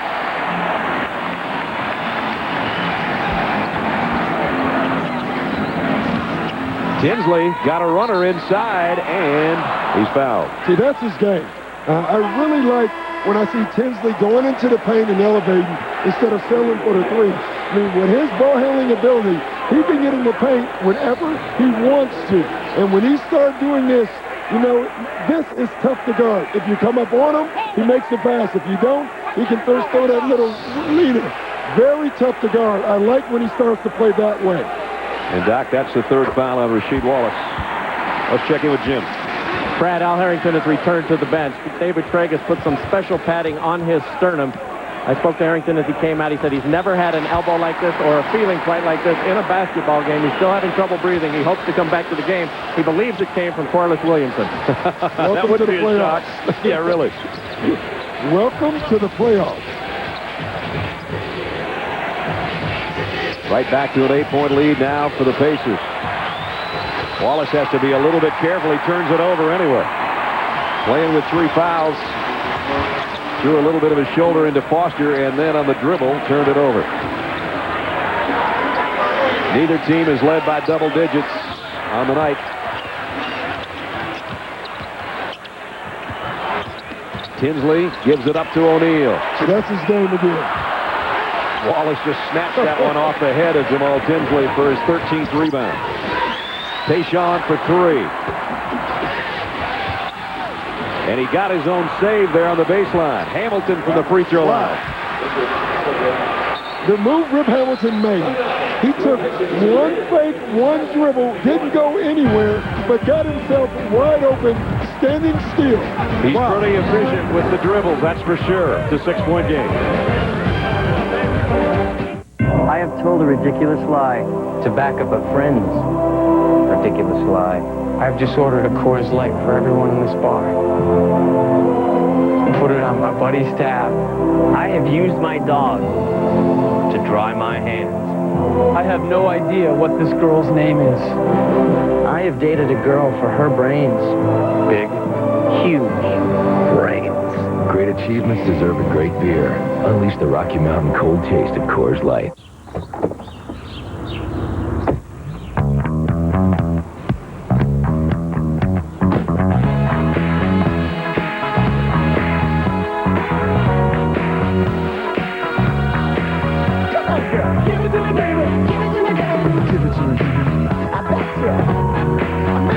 Introducing the Chevy Equinox. Every garage will want one. An American revolution. Meanwhile, at dinner. Our network's been down for 2 days. Internet worm. Whoa. Our sales took a pounding. How did yours do? It hit our suppliers. You can never catch up. The twin brothers doom and gloom. Jeff, you're awfully quiet. Our network didn't go down. No. No? No. Then get the check. Keeping business up and running. This is the power of the network. Now. I like things in life that are the best. My best friend. The best shortcuts. The best cuts. And of course, the best place for these. My son. Chris, let me call you back. I'm a little busy. Now at Radio Shack. The Sprint PCS Vision Video Phone VMA680 by Samsung is just $149.99 with 2-year agreement. Did I mention the best sport? Radio Shack. This copyrighted telecast of the National Basketball Association may not be retransmitted, reproduced, rebroadcast, or otherwise distributed or used in any form without the express written consent of the NBA. ESPN's presentation of the NBA Eastern Conference Finals. Brought to you by Coors Light. Unleash the Rocky Mountain cold taste of Coors Light. The new Chevrolets. 10 new cars and trucks in 20 months. An American revolution. Cisco Systems. This is the power of the network. Now. And Radio Shack. You've got questions, we've got answers. Kevin Frazier in the studio. The game is over in Tampa Bay. Game 7 of the Eastern Conference Finals over in the Tampa Bay Lightning. Hold on for the 2-1 win. Bill Davidson has one team in a finals. The Tampa Bay Lightning headed to the Stanley Cup Finals. And as a matter of fact, the Stanley Cup Finals presented by Nextel. Kickoff on Tuesday at 8 p.m. Sports Center at the Stanley Cup Finals. Starts everything at 7:30. Calgary's awaiting the Tampa Bay Lightning. But right now, let's go back to Michelle. Thanks very much. So Bill Davidson has one team going to the Stanley Cup Finals. There's Joe Dumars' GM, who's trying to get this team to the NBA Finals. A few moments ago, the championship trophy was brought out onto the court, and players were paying close attention. This is an interesting time for the Pistons owner, Bill Davidson. He was at Game 7 the other night against New Jersey, along with his rabbi for good luck. Meanwhile, one of his players, Rasheed Wallace, is a huge Philadelphia Flyers fan. They've had a nice friendly rivalry going on, but Brad, probably best that the owner got the better of that rivalry, huh? I'd say I agree with you there, and it was amazing when the trophy was brought out to midcourt. How many players on both benches turned their heads even away from their coaches to have a glance? Yeah, it's pretty funny. You can see Carlisle and Brown throwing up plays, and the players dreaming about that trophy. Well, the 4 teams that are left, that's what they're playing for. 5:25 remaining, third quarter. This is game 1 of the Eastern Conference Finals. Brad Nessler, Doc Rivers, Michelle Tafoya, Jim Gray in Indianapolis at Conseco Fieldhouse, where the Pacers lead by 6. They've led by as many as 8 on a couple of occasions. Rasheed Wallace really hasn't been on his game tonight. He's got 2 points. I don't know if the foot is giving him that much trouble, Doc, or the Pacers are giving him that much trouble. I think it's the Pacers. I think Jeff Foster is pushing him off the block. He's catching it about a foot or 2 further out than he really wants to catch the ball. Ben Wallace with the steal. Hamilton blocked by Artest. Wow. Artest came from the opposite corner to get to Rip Hamilton. Remember, that break started with Ben Wallace, the 2-time Defensive Player of the Year, with a steal, and on the other end, the current Player of the Year defensively with the block shot. Great recovery, or more importantly, recognition by Artest.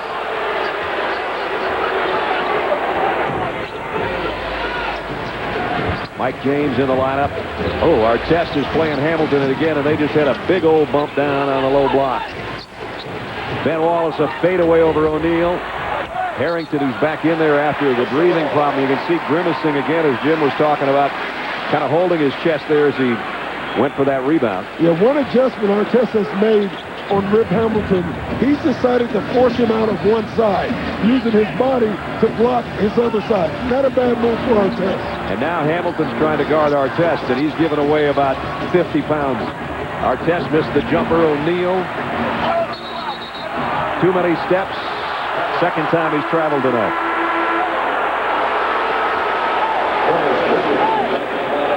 That was just a loss of body of balance.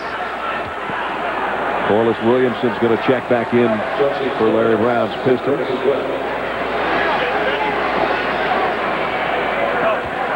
So it's Williamson, Billups, Rasheed Wallace, Ben Wallace, and Richard Hamilton. Billups has not scored in the second half so far. 17 in the first for Chauncey. Wallace again lost the handle and turned it over again. Second time when he's put it on the floor, he's turned it over.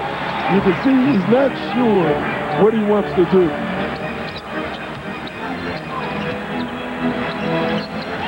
Billups on Artest.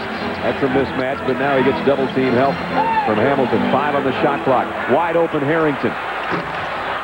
Tipped in by O'Neal.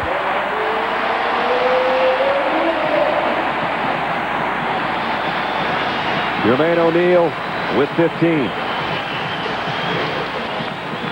Pacers went almost 4 minutes without a field goal. And now on the baseline, Bender and Corliss Williamson get tangled up, and Bender will be charged with his second foul.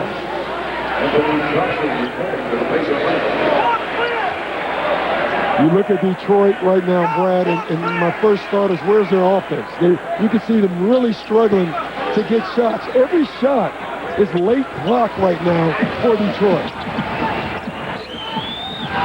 Wallace with a 3. Ben Wallace with a rebound. He'll try it offensively and scores. Well, if not Rasheed, go to Ben. Yeah, you need offense, so you go to Ben Wallace. That's right. It's just automatic. He's averaging over 11 points in the playoffs, which is up from his regular season of 9.5. And had the big 18-point game in the series capper against the Nets. Bender bends the rim.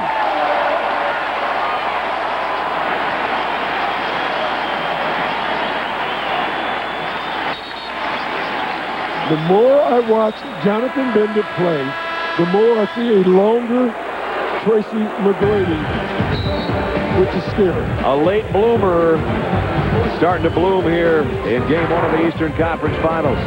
There's Bender going to the rack to give his team an 8-point lead with 2:40 remaining third quarter.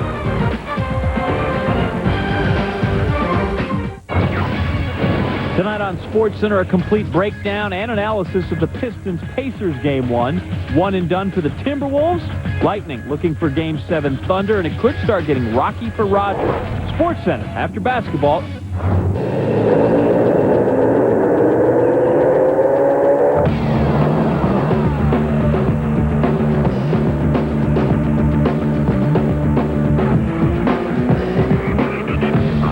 Colorado Z71 with an available 220 horsepower engine. You're it. Don't let all that power go to your head. Chevy, an American recipe. ESPN The Weekend is coming to Walt Disney World Resort. Catch live ESPN telecasts and appearances by athletes and anchors. Live the sports fan's dream in the most magical place on earth. Go to ESPN The Weekend.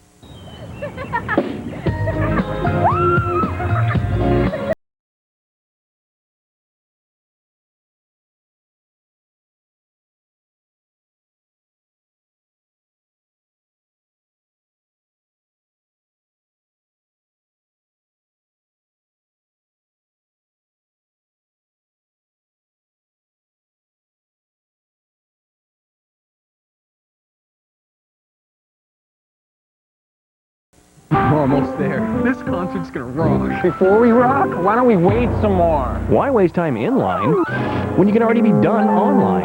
Meep, meep. Roadrunner High-Speed Online with antivirus and firewall protection up to twice as fast as DSL standard package and up to 70 times faster than dial-up. Obstructive view? What's that? Call 1-800-OK-CABLE today and get 3 months of $29.95 per month with self-installation.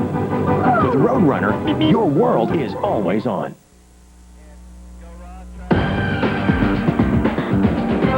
You're watching the NBA Eastern Conference Finals on ESPN. 8-point advantage right now in the favor of the Pacers. At home with 2:40 left in the third quarter. And Bernie Fryer, one of our officials, wired tonight in Indy.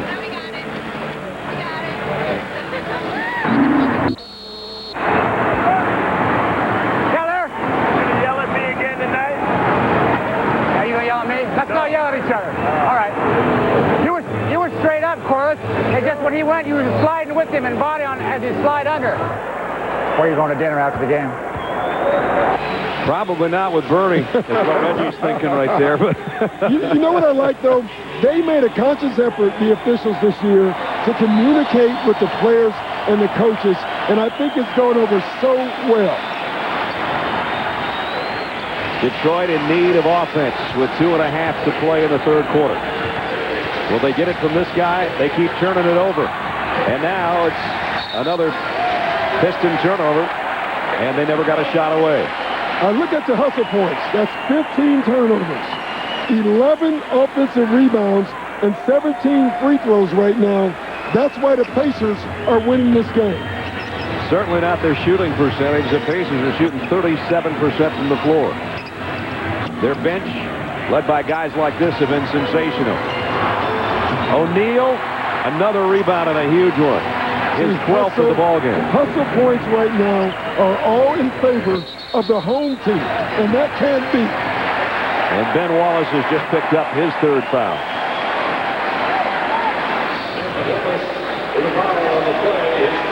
And you can see them getting into it all game. We talked about it in the first quarter.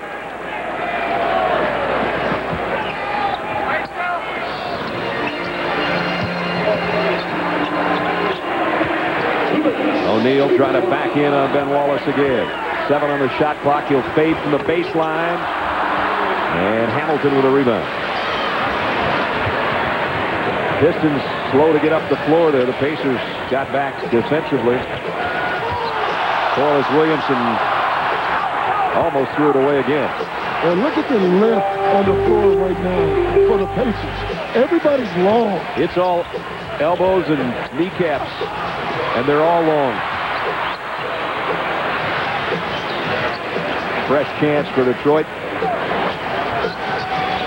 Williamson on the baseline will leave it out for Ben Wallace, taking an outside jump shot, and as we said earlier, kiddingly, tongue-in-cheek, when you need scoring, go to the outside to Ben Wallace. I tell you, he's been responding. I mean, he right now is looking for that shot. Larry Brown's got to be feeling good, Doc. There's a minute left in the third quarter. His team is down by 6 and not playing very well. No, they're not playing well, and they're being outworked right now, which is what the road team has to do if they want to win this game.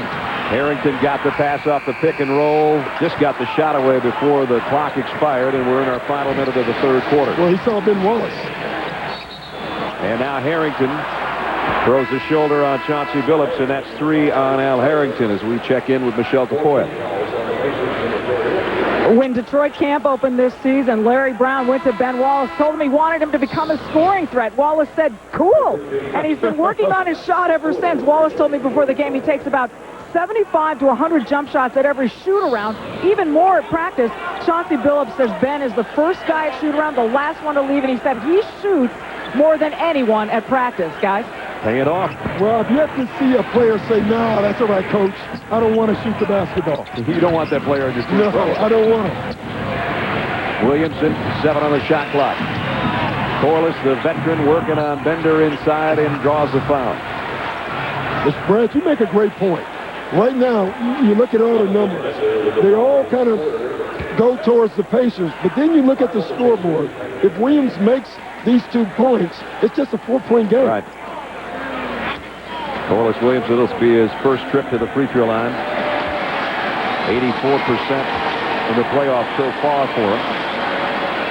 Former 6th man of the year. And in and out on the free throw. Tune in to NBA TV immediately following every playoff and NBA Finals game for post-game press conferences. Live and unedited on NBA TV. You'll never know what you might hear.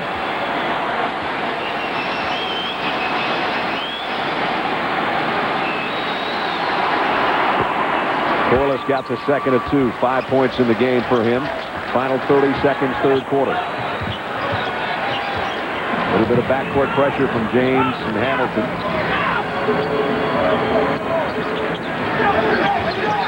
Bender.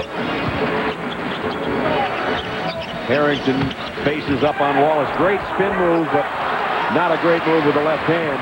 Would have looked good had it gone. And Hamilton's fouled by Artest. See, the one mistake, in my opinion, that the Pacers have made is they're trying to get Rip Hamilton off the dribble with Artest. That's where he excels. In the first quarter, they were getting him points off without the ball, movement, around picks. That's where Artest struggles. Right now, Artest can guard Rip all day if he's going to try to take him off the dribble. Right. That's his first foul on Ron. And Hamilton with 16.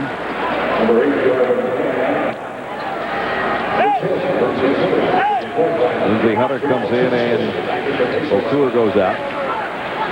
Rip can match Chauncey Billups as the leader in scoring for Detroit if he hits this free throw. Well, Larry Brown has got what he wanted. He's got his 2 guards involved in this game. Now he needs help from one more guy. Ben Wallace has been terrific. He needs help from O'Toole or Rasheed Wallace. Ripped them both. Pistons have a foul to give here with 6.3 left in the half.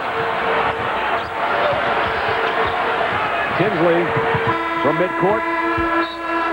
And the Pistons somehow dwindled that lead down to 3 at the end of 3. Indiana led with 2:51 left in the quarter, but Detroit closes the quarter on a 5-0 run. End of 3. Pacers at home now clinging to the lead. 61-58. This is game 1 of the Eastern Conference Finals in Indianapolis.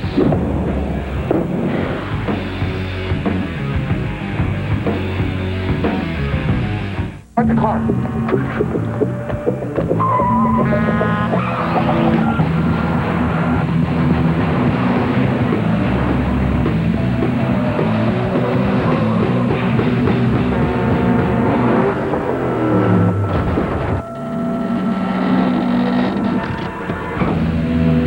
200 horsepower V6, traction control, and sliding rear seats. Chevy Malibu Max, an American revolution. Ads on taxis are popular. Great idea for 7-Up. Ready, Topher? You okay? Jaws of life would be good. No? One hero has everyone cheering. Critics agree. Monsters have never been more fun. Vampires! Can I scare you? No. Roger Ebert raves Van Helsing is spectacular. Van Helsing. Rated PG-13. Now playing.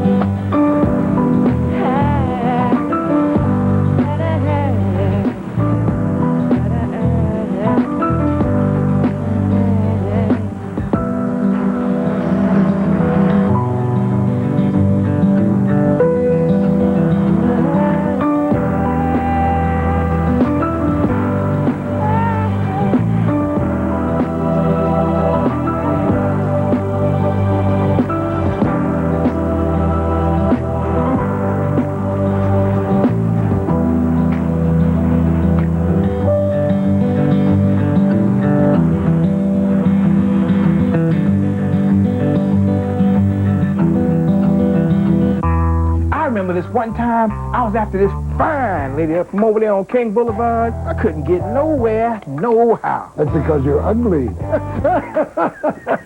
Man, I'm so lost. You really in love, ain't you, Ben? She's all I think about. Night and day, day and night.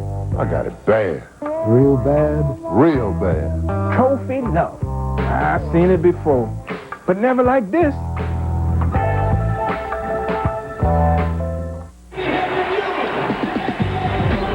Set to start in the fourth quarter. Game available on ESPN HD. Log on to ESPN.com and search HD. Get the latest ESPN HD schedule or just learn more about high definition. 61-58 as we head to the fourth quarter, and about 4 hours ago, the coaches meeting some old friends. Remember, Larry Brown once coached Reggie Miller. 4 years he was the head coach of the Pacers. Sees his old buddies on the radio staff, and then on the other side, Rick Carlisle, 2 Central Division titles and 2 50-win seasons with these Pistons until changing jobs this year. And Chauncey Billups and Ben Wallace come over to give their coach a hug, and especially Ben Wallace, who talked to the media yesterday, and everybody said, do you or your teammates miss Rick Carlisle? He said, no. And they said, is there going to be anything involved in this game where you guys want to prove to him that you can win more without him? And he said no. And basically, Rick Carlisle's just diffused the whole situation. He says, hey, you know, I changed jobs. That happens in this business. And the guy that took my job's a Hall of Fame coach. What am I supposed to say? Yeah, I can tell you that coaches change jobs. That's why I'm sitting here with you right now. Also, lots of respect, you know, both coaching staff and players. But what else is Ben Wallace supposed to say when he's asked that question? Harrington missed on a tip-in, and now Detroit's got a chance to lead, if you can believe that. Their last lead was with 6.5 minutes left in the second quarter, but they throw that lead chance away with another turnover. Another turnover. They have 17 in the ballgame. Corliss Williamson playing Ron Artest now. There's the matchup. Artest trying to cross the lane. Tough shot. Wallace cleared it, his 18th rebound, and now Rip Hamilton gives Detroit the lead. 21 for Hamilton. It all started with Wallace getting the rebound on the missed shot underneath. Got it out on the break. Wallace gets it out to Hamilton, and Hamilton's got 21, and the Pistons lead it. There's the man that's led the Pistons all night long, and he does it again. Detroit by 1 with 10:49 left.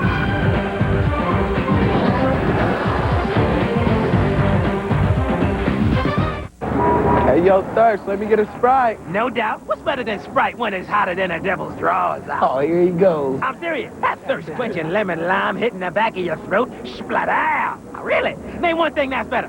You can't. There is nothing better. I dare you. I double dog dare you. I defy you to name one thing. All right. Name 2. Show 'em my motto. Hey, girls. Throw it in reverse for thirst.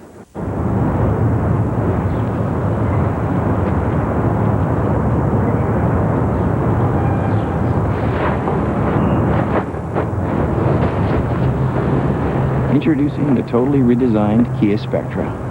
The only car in its class with 6 airbags, a 10-year warranty, and at around $13,000, it's a car you can afford to love. Now get $1,000 cash back, plus $1,000 competitive bonus for qualified buyers. If these walls could talk, they'd say use the straight line laser level.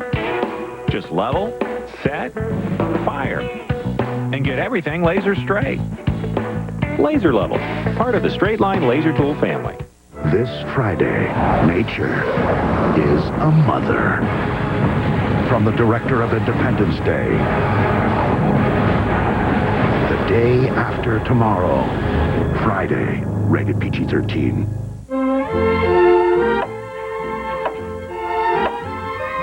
Sir, I promise to treat her with nothing but respect. I know I'm young, but I'm very responsible. And I really, really love her.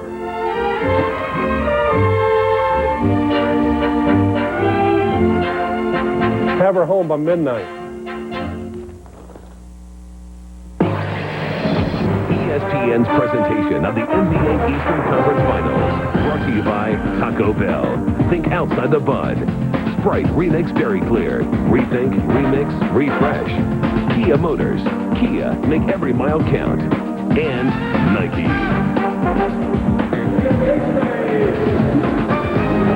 Back in Indiana, where Rip Hamilton just gave Detroit a 1-point lead. He's got 21 in the game. You see him wearing that face mask, and in game he says, you know, things move too fast. I don't notice it so much. But he said whenever he goes to the free throw line or comes to the sideline, he's got to get it clean because he said it shifts on his face. It's hot. It gets nasty, foggy, and sweaty. He doesn't have time to think about it in the game, but as you see, he gives it over to the equipment manager every time. This is the third time he's broken his nose, Brad. Once in Washington, then in training camp, and he didn't want to wear the mask. Then he broke it again in February and finally was convinced to wear the mask because if he broke it again, he could have been out for weeks. They couldn't afford that. The team said, at least try it, because if you break your nose again at playoff time, it's not going to be a good thing. And you know what I say? Hey, even the Lone Ranger looked good in the mask. Rebound, Okur. You know, early it was Detroit being taken out of their offense. Now it's the Pacers being taken out of their offense. No Jermaine O'Neal. Only 2 points in this second half. And the lob underneath to Ben Wallace. Whenever you play the Pistons, out of timeout, look for lobs and backdoors. So Wallace is in double figures in points and rebounds with that alley-oop. And it's a 3-point Detroit lead at the 10-minute mark. Artest trying to lean in. Didn't get the foul or the basket. Boy, the Pacers are completely out of sync right now offensively. And their all-star and their former all-star are trying to get back in the lineup, waiting at the scorer's table.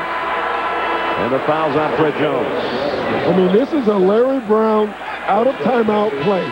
Lobs for Ben Wallace or back cuts for their guards. You can see the screen. Crozier gets hung up. Wallace gets the dunk. You know, Doc, the Pacers have not scored here in the fourth quarter. They only had 13 points in the third quarter. That tied their lowest scoring quarter of the playoffs. And they got to get this guy involved. Yeah, they do. I mean, he's key. Even in the first half, though he scored points, Brad, I told you, I didn't think he was involved in the offense. They must get him the ball on the post. 3 on the shot clock. The extra pass is going to take too much time. Shot clock violation. Check in with Jim Gray. All right, Brad, during that last timeout, Rick Carlisle told his guys to stay tough. He said, guys, we're not making sharp cuts. We're having real lazy type of attitude on offense. We need to make an extra pass, come off the pick, make a sharp cut, and no transition baskets. We survived this in the first quarter. You can survive it again here, but it's time to come to life. Reggie Miller and Jermaine O'Neal are back in. Their current all-star, their former 5-time all-star. And here's a foul by Mike James. But Rick makes a great point. The reason they're out of sync offensively is because they're not throwing offensively. They're not cutting hard right now. They're not getting the ball to the right guys right now. And so I think right now the Pacers have to look for a way of getting O'Neal involved in their offense. There he is on the low block. Against Wallace with a left hand, a great spin move. Great spin move, great setup by Jamal Tinsley. They went over 5.5 minutes and missed 10 straight shots before breaking that drought, Doc. And now they're back to within 1. We're under 9 minutes. Wallace, the bounce pass to Hamilton. What a great look. He never stopped moving. Never. And how about the pass? You know, again, now Rip Hamilton is scoring again because he's not doing it off the dribble. O'Neal against Wallace again. Different move, same effect. 19 for O'Neal. 66-65. Detroit has hit its last 5 shots. They hold a 1-point lead. They missed that one, and O'Neal with a rebound. Pacers with a chance to lead if they score. Go right back to him. There he is. He gives it up this time. Now it's Reggie. They move it around the perimeter. That's his game. Wallace just snatched that rebound. 20 rebounds for Ben Wallace. And a foul on Tinsley, trying to poke it away from behind. 20 rebounds and 5 block shots for Ben Wallace to go with his 11 points. You know, Ben Wallace, he gets 20 rebounds. It's almost like, well, that's expected. Exactly. I mean, that's how dominant he is.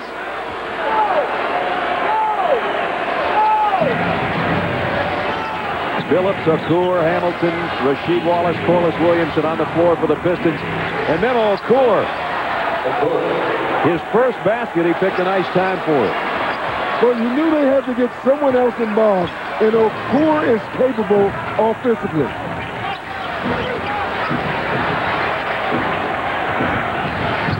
Tinsley, the raindrop again. Again, Tinsley is giving up that three, Brad.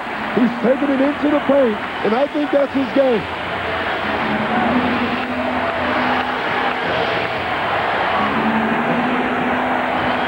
Phillips has not scored in the second half. Harrington with a steal. Another turnover. Tinsley for three. Got it!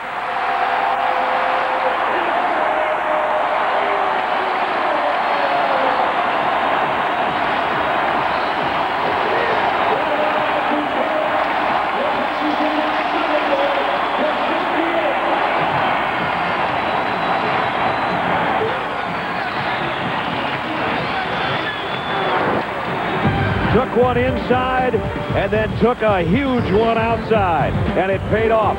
We're under 7 minutes, and the Pacers back in front by 2.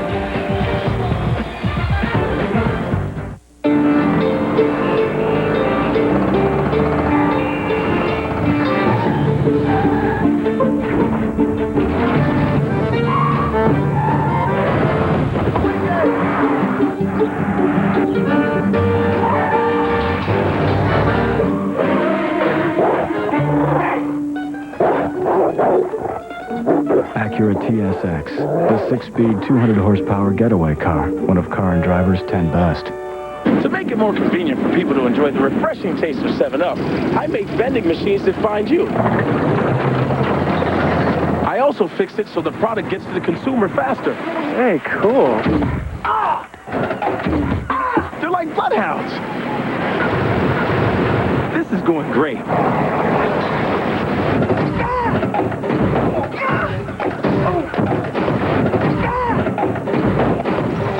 96. Oh yeah, first time I fandangoed, I was like, yo. So I'm like, yeah, and now I'm totally like, yo, dude. I hate if we don't get tickets in advance. We don't even know what the show times are or what's turning playing. into our parents. We had to sit in separate seats. We had to sit separately. Yes, so we could have used Fandango then. Yes, we could have. But we go to the movies at least once a week. We don't always go Friday and Saturday nights because we go clubbing. Buy movie tickets in advance on Fandango.com or call 1-800-FANDANGO.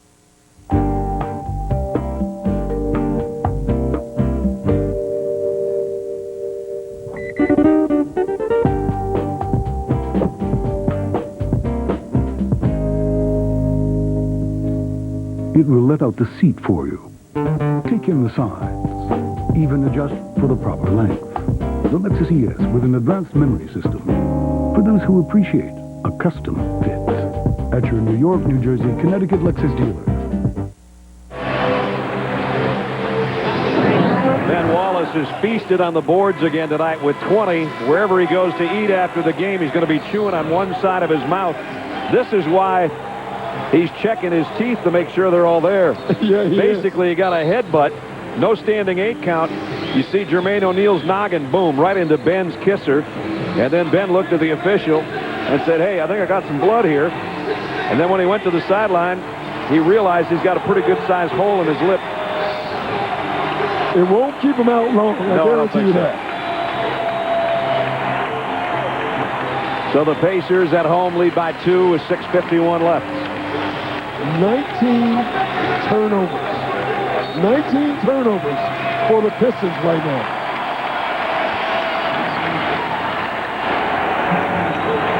Chauncey Billups, again, as I mentioned, has not scored in the second half. Mehmet Okur adjusted in midair around Artest, and Artest pulled down the miss. See, a 7-footer should never have to adjust around a 6'7" basketball player. Reggie Miller got free momentarily from Hamilton. And now has to give it up again. 5 on the shot clock. Tinsley leaves it for O'Neal. He got a good look. Artest trying to hustle for the rebound. Goes sprawling out of bounds. Have you ever seen a game with this many guys on the floor?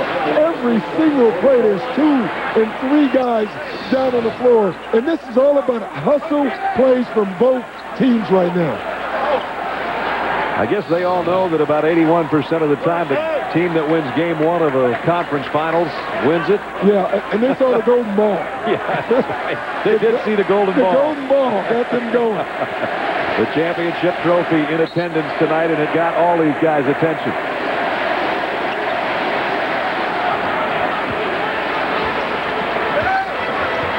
Pacers clinging to a 2-point lead as we approach 6 minutes.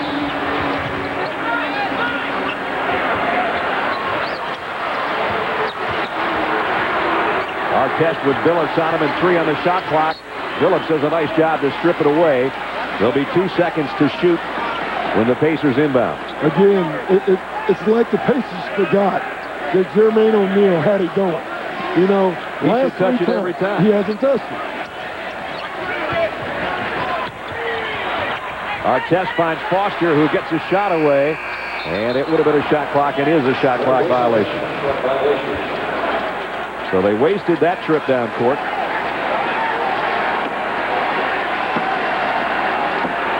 And the Pistons get it back with a chance to tie it up. Now, Rip Hamilton has basically kept it going all game. Chauncey Billups, first half, great. Second half, they need him now to make a shot. He tried and missed a 3. He hasn't had a field goal since 2.5 minutes remained in the second quarter. Chauncey Billups I'm talking about. And we're at 5.5 minutes remaining.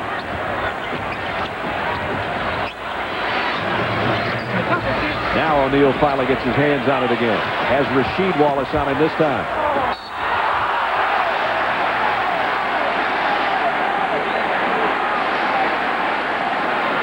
Rasheed Wallace still down. Picking up his 4th foul. And you can see the move here. And that's the foul. They're calling on his swing. Really, if Wallace just keeps his arms straight up, nowhere for O'Neal to go. But by the swipe, that gives the official a chance to make that call.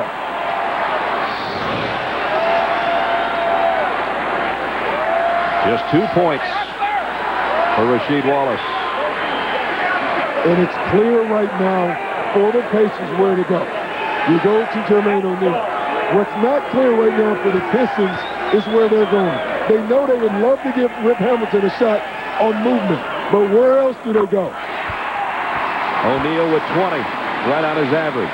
Very difficult to win a game on all jump shots.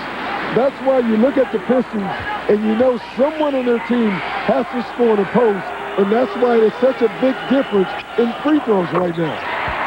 The lead is 4 for the Pacers now. Indy on a 7-0 run, and their crowd aware of it.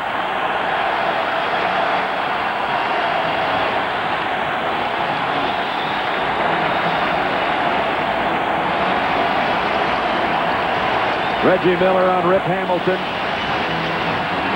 Trying to get his offense going, and this time they force not a good shot, and the Pacers have it back. Again, off the dribble, though, Brad. When he scores, it's usually off the ball running.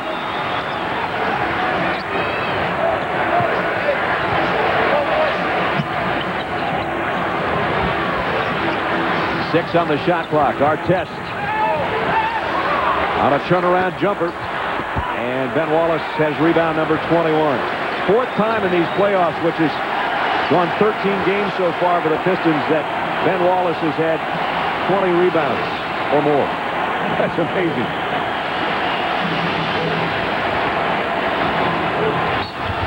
Rasheed Wallace fouled by Foster. Now, where are they going? They're going to the foul line for one reason.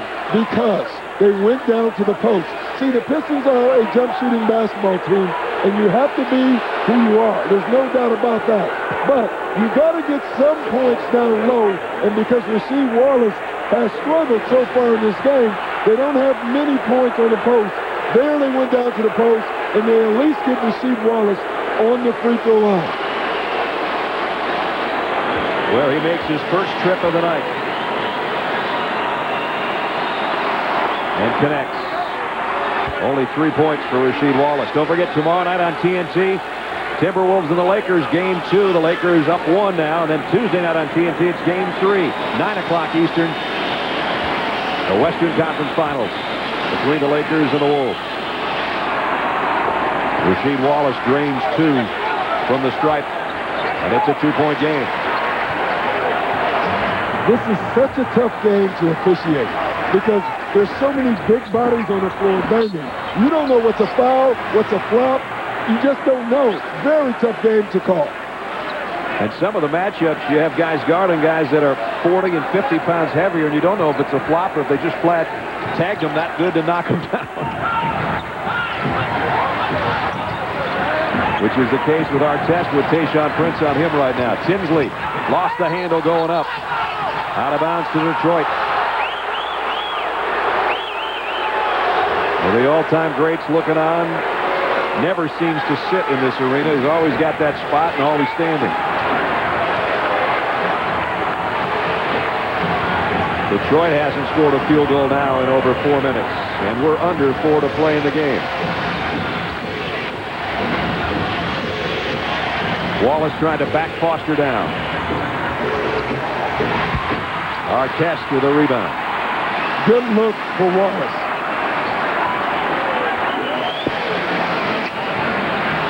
And now it's back to O'Neal. And Rasheed Wallace with a rebound.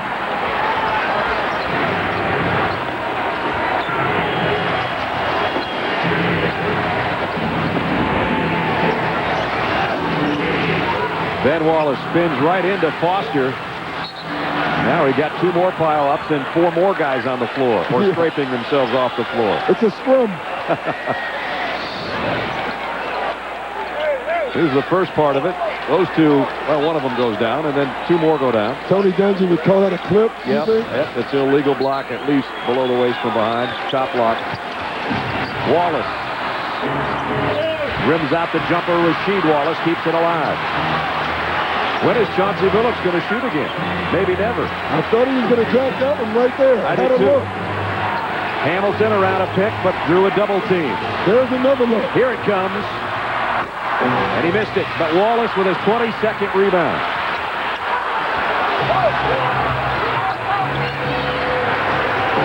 Chauncey Billups says, let's just calm down a second. We've got 15 to shoot. Knocked away by Tinsley from behind. Detroit will inbound with 12 seconds on the shot clock and 2:37 on the game clock when we return. Timeout in Indianapolis. Pacers holding on to a 2-point lead.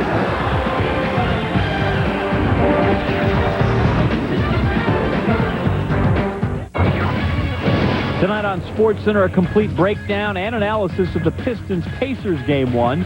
One and done for the Timberwolves. Lightning looking for Game 7 Thunder, and it could start getting rocky for Roger. SportsCenter after basketball. In troubled times. Hostages, chaos, Afghanistan. One team. This is your time. Taught their country to dream. What do you play for? USA! Miracle. Own it today on DVD and video. The new KFC oven-roasted meal. 3 tender white meat strips, green beans, seasoned rice. So what are you doing for lunch? Every day is Ladies' Day here in chicken capital, USA. One hero has everyone cheering. Critics agree. Monsters have never been more fun. Vampires! Did I scare you? No. Roger Ebert raves Van Helsing is spectacular. Van Helsing. Rated PG-13. Now playing. What brings you to the Rhode Island Culinary Institute? That's a good question. What brings you to southern New Mexico State? You travel many miles. Why Gestalt School of Art? What made you decide to make the trip all the way to Memphis Polytech? $139 a week for any compact car at Budget. For irresistible prices on irresistible cars, call 1-800-BUDGET-7 or visit budget.com.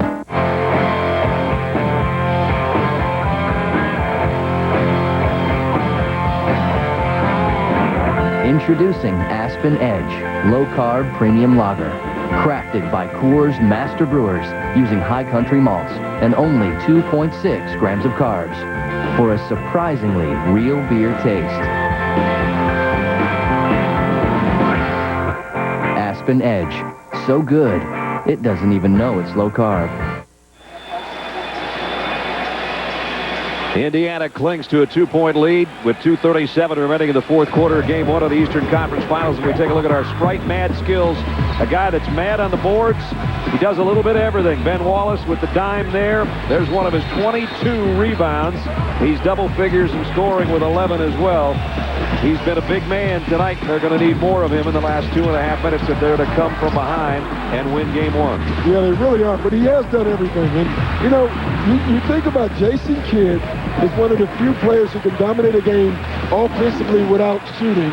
Ben Wallace is one of the few players ever to be able to dominate a game defensively without really getting involved offensively, though he's much better offensively this year. The only other defender that comes to mind is Dennis Rodman.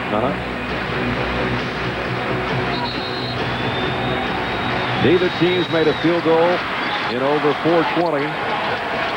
In fact, Detroit's has lasted over 5, approaching 5.5 minutes without a field goal. 4 on the shot clock. Phillips hasn't scored again in the second half, but he's fouled there. And that's 4 on Tinsley.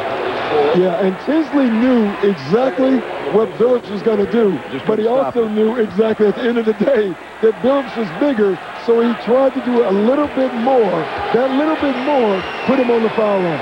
Where he's 4 for 4 tonight and 88% of the playoffs, but he rims that one out. So, in essence, good foul by Tinsley, which you rarely say on the jump shooter. It only cost him 1, not 2. And it's a 1-point game. Al Harrington, who had the huge first half off the Pacer bench, looking on. On the floor, it's Miller, Artest, Foster, O'Neal, and Tinsley, the Pacers starting 5. Miller's pass tipped by, and now we're going to have a foul on Rasheed Wallace.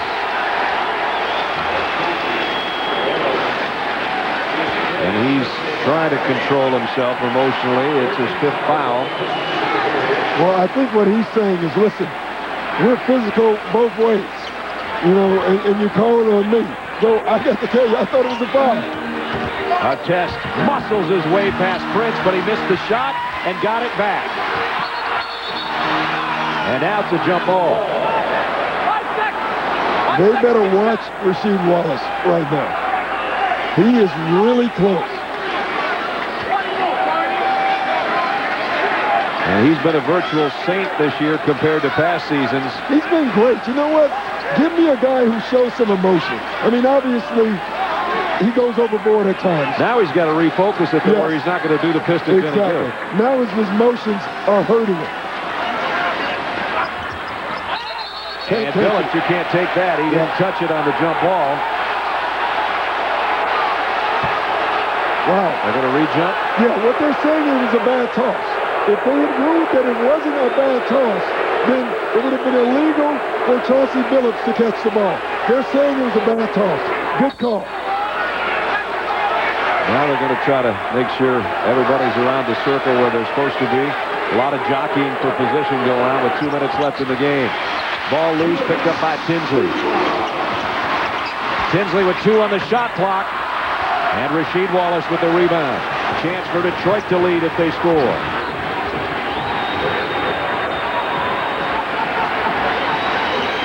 Fine Rip Hamilton. Tayshaun Prince for 3, and he got it. Talk about a huge shot by the second-year pro. Last year he was huge in the playoffs. He's been kind of quiet since the first round against Milwaukee, but that is the biggest shot of the night for him. Brad, he made this shot when he made that layup to start the second half. You can see his confidence soaring. Pistons had gone over 6 minutes without a field goal. They got a huge one there.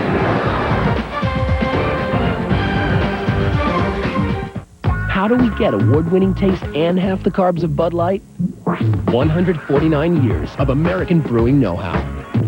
Ah, the sweet taste of ingenuity. Great taste, less filling. Miller Lite. Good call. This Friday, nature is a mother. From the director of Independence Day, the day after tomorrow, Friday, rated PG-13. It's true. My husband was brought up by wolves. But, you know, in most ways, he's pretty normal. He likes kicking back and watching a movie with us. Sweetie, it's on the DVD. And, you know, he loves to be outdoors, so we bought a Honda Pilot. And we take it camping. The Pacers are trying to figure out where they're going to go. Jermaine O'Neal is the guy they should go to, but Ron Artest has an advantage also because of his size. But O'Neal is probably where they set this. Always look for Reggie Miller at this point in the game. Let me make one note about Tayshaun Prince. The reason he was so wide open is because Rip Hamilton touched the ball, and the entire team ran to Rip Hamilton. He did the right thing. He hit the open man.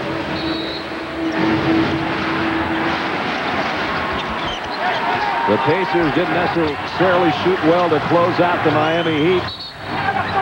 They only shot 32% in that Game 6. They're only shooting 33% tonight, but they're only down by 2 points. Yeah, and foul on Ben Wallace because he was going to try to front the post, not to allow the catch on O'Neal. The Pistons are concerned about O'Neal in the post, or the Pacers are. Going right back. Trying to get it to him. They'll have to make the extra pass maybe to get it there, if they can get it there. Now Reggie Miller gives it to Foster on a drive. And Jeff Foster, who had a big game against Miami, just got his first basket of the night to tie it up. That shot was called again by O'Neal because they had the front. Tie game at 74. Game 1 Eastern Conference Finals. 1 minute left in regulation. Air ball by Billups. Out of bounds to the Pacers.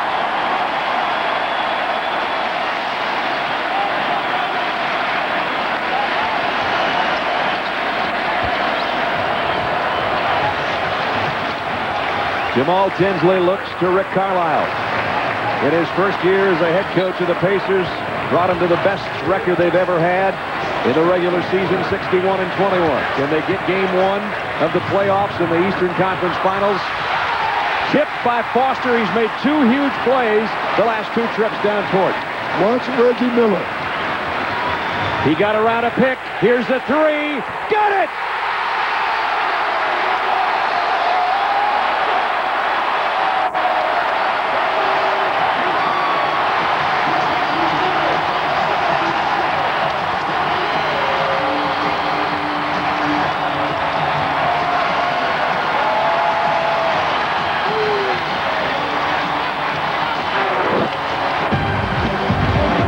There's never been a better three-point shooter or a guy in the clutch.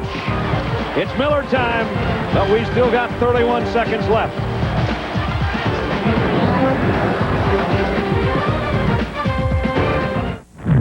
There's a power so awesome, so irresistible, you'll do anything to get your hands on it. Introducing Gillette M3 Power. Turn on the first micro-power shaving system from Gillette and turn on the amazing new Power Glide blades. Micropulses raise the hair so you shave closer in one power stroke. Feel the power of the world's best shave. New M3 Power. Available everywhere May 24th. Mr. Shatner, please have a seat. We have to let you go. But I'm the voice of Priceline. But now it's the new Priceline. What's new about it? You can actually choose your flights, times, even airlines from a selection of very low fares. Or you can still name your own price and save even more. But who could possibly replace me? Hi, guys. Hey, Bill. Hey, Leonard. The new Priceline. Now there's a choice. Nobody's taken a seat in Conseco Fieldhouse except Reggie Miller. Foster kept this alive by tipping it out. And then it was time for a guy for the 292nd time just in the playoffs to hit a three. And Brad, I called it before because you could see it. You can see the way they were setting up. Rip Hamilton turned his back on the ball. And when you guard Reggie Miller, if you turn your back on the ball, then you can't see where the picks are coming from. And that's how Reggie Miller got open. And that was Rick Carlisle showing emotion. Don't say he doesn't. He did there.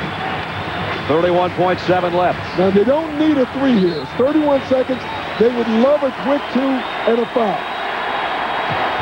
Tough just getting the ball in. They get it into Hamilton. He's looking for a screen. Now has Foster on him. Kicks it back out to Tayshaun Prince. Now it's Hamilton. And in and out on a three, and O'Neal the rebound. I like the call by Detroit. They were going for the quick two. Rick Carlisle did something very smart at the end of the game. Instead of trying to show on the pick and roll, he switched. Jeff Foster stayed in front of him. And then the long rebound, they almost got to look. This baby was halfway down, and it came back out. O'Neal with the board, then Wallace with the foul. His fifth. And now Jermaine O'Neal on the other end will walk to the free throw line. I got a feeling we're going to see 6 or 7 games exactly like the game we just saw.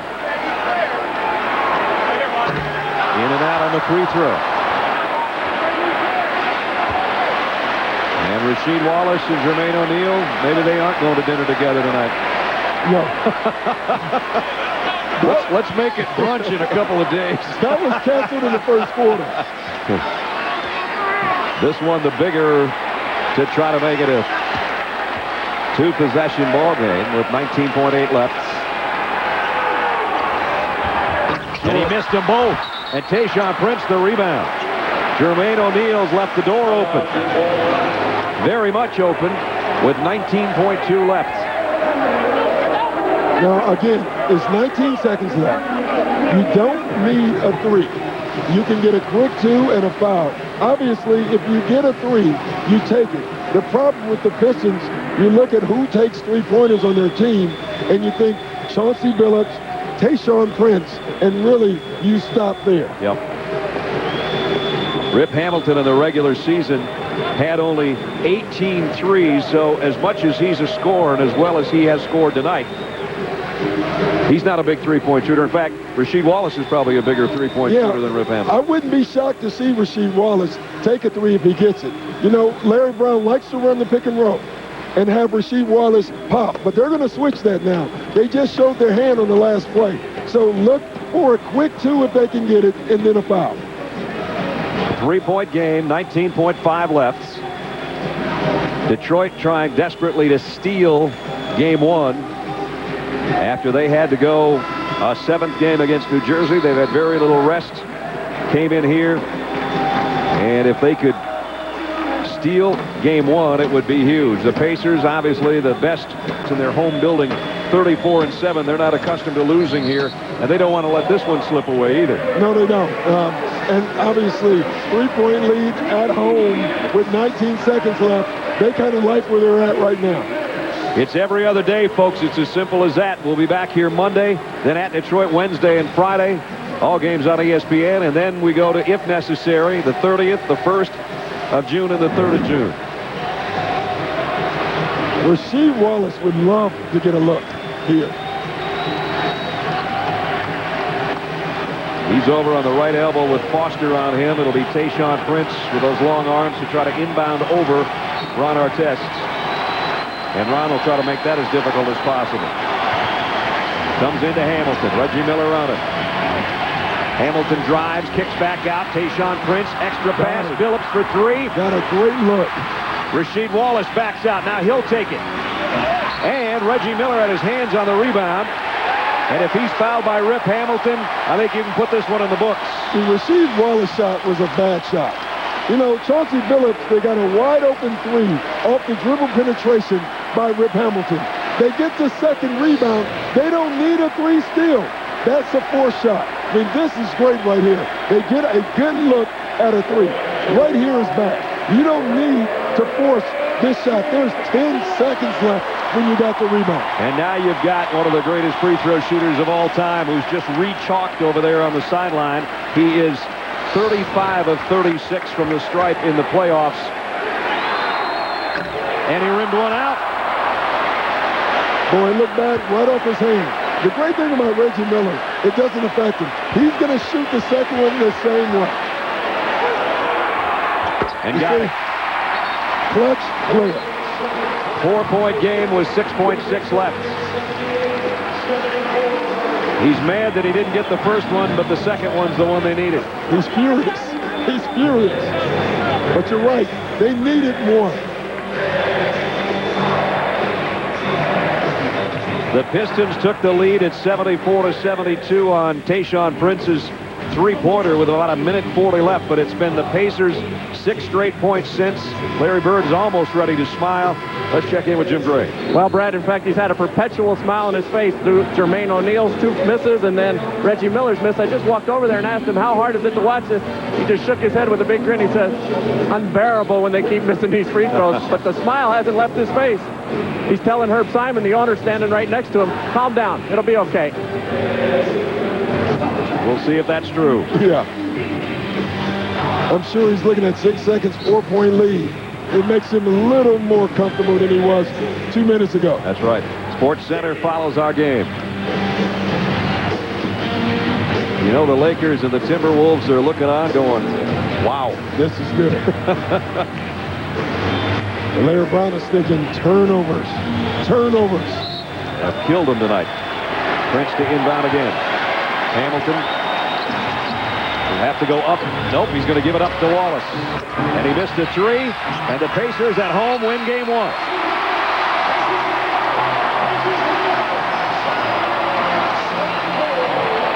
A 7th game feel in a first game package.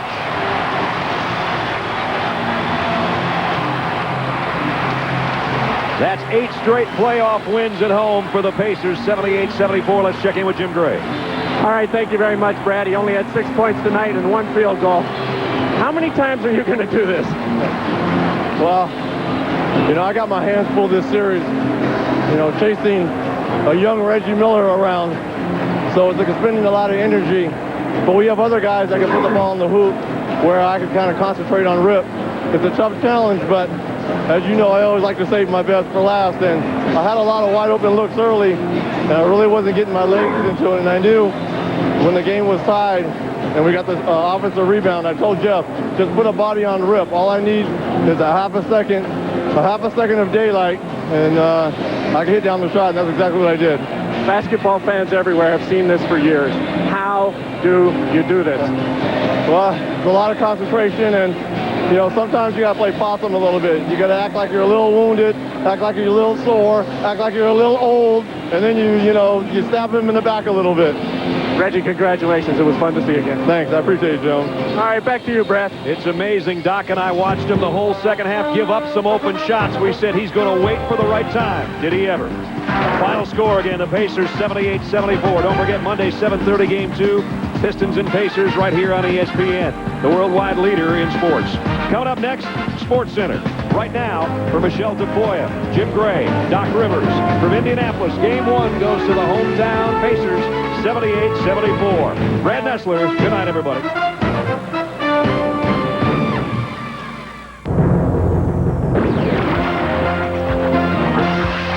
This is Sports Center.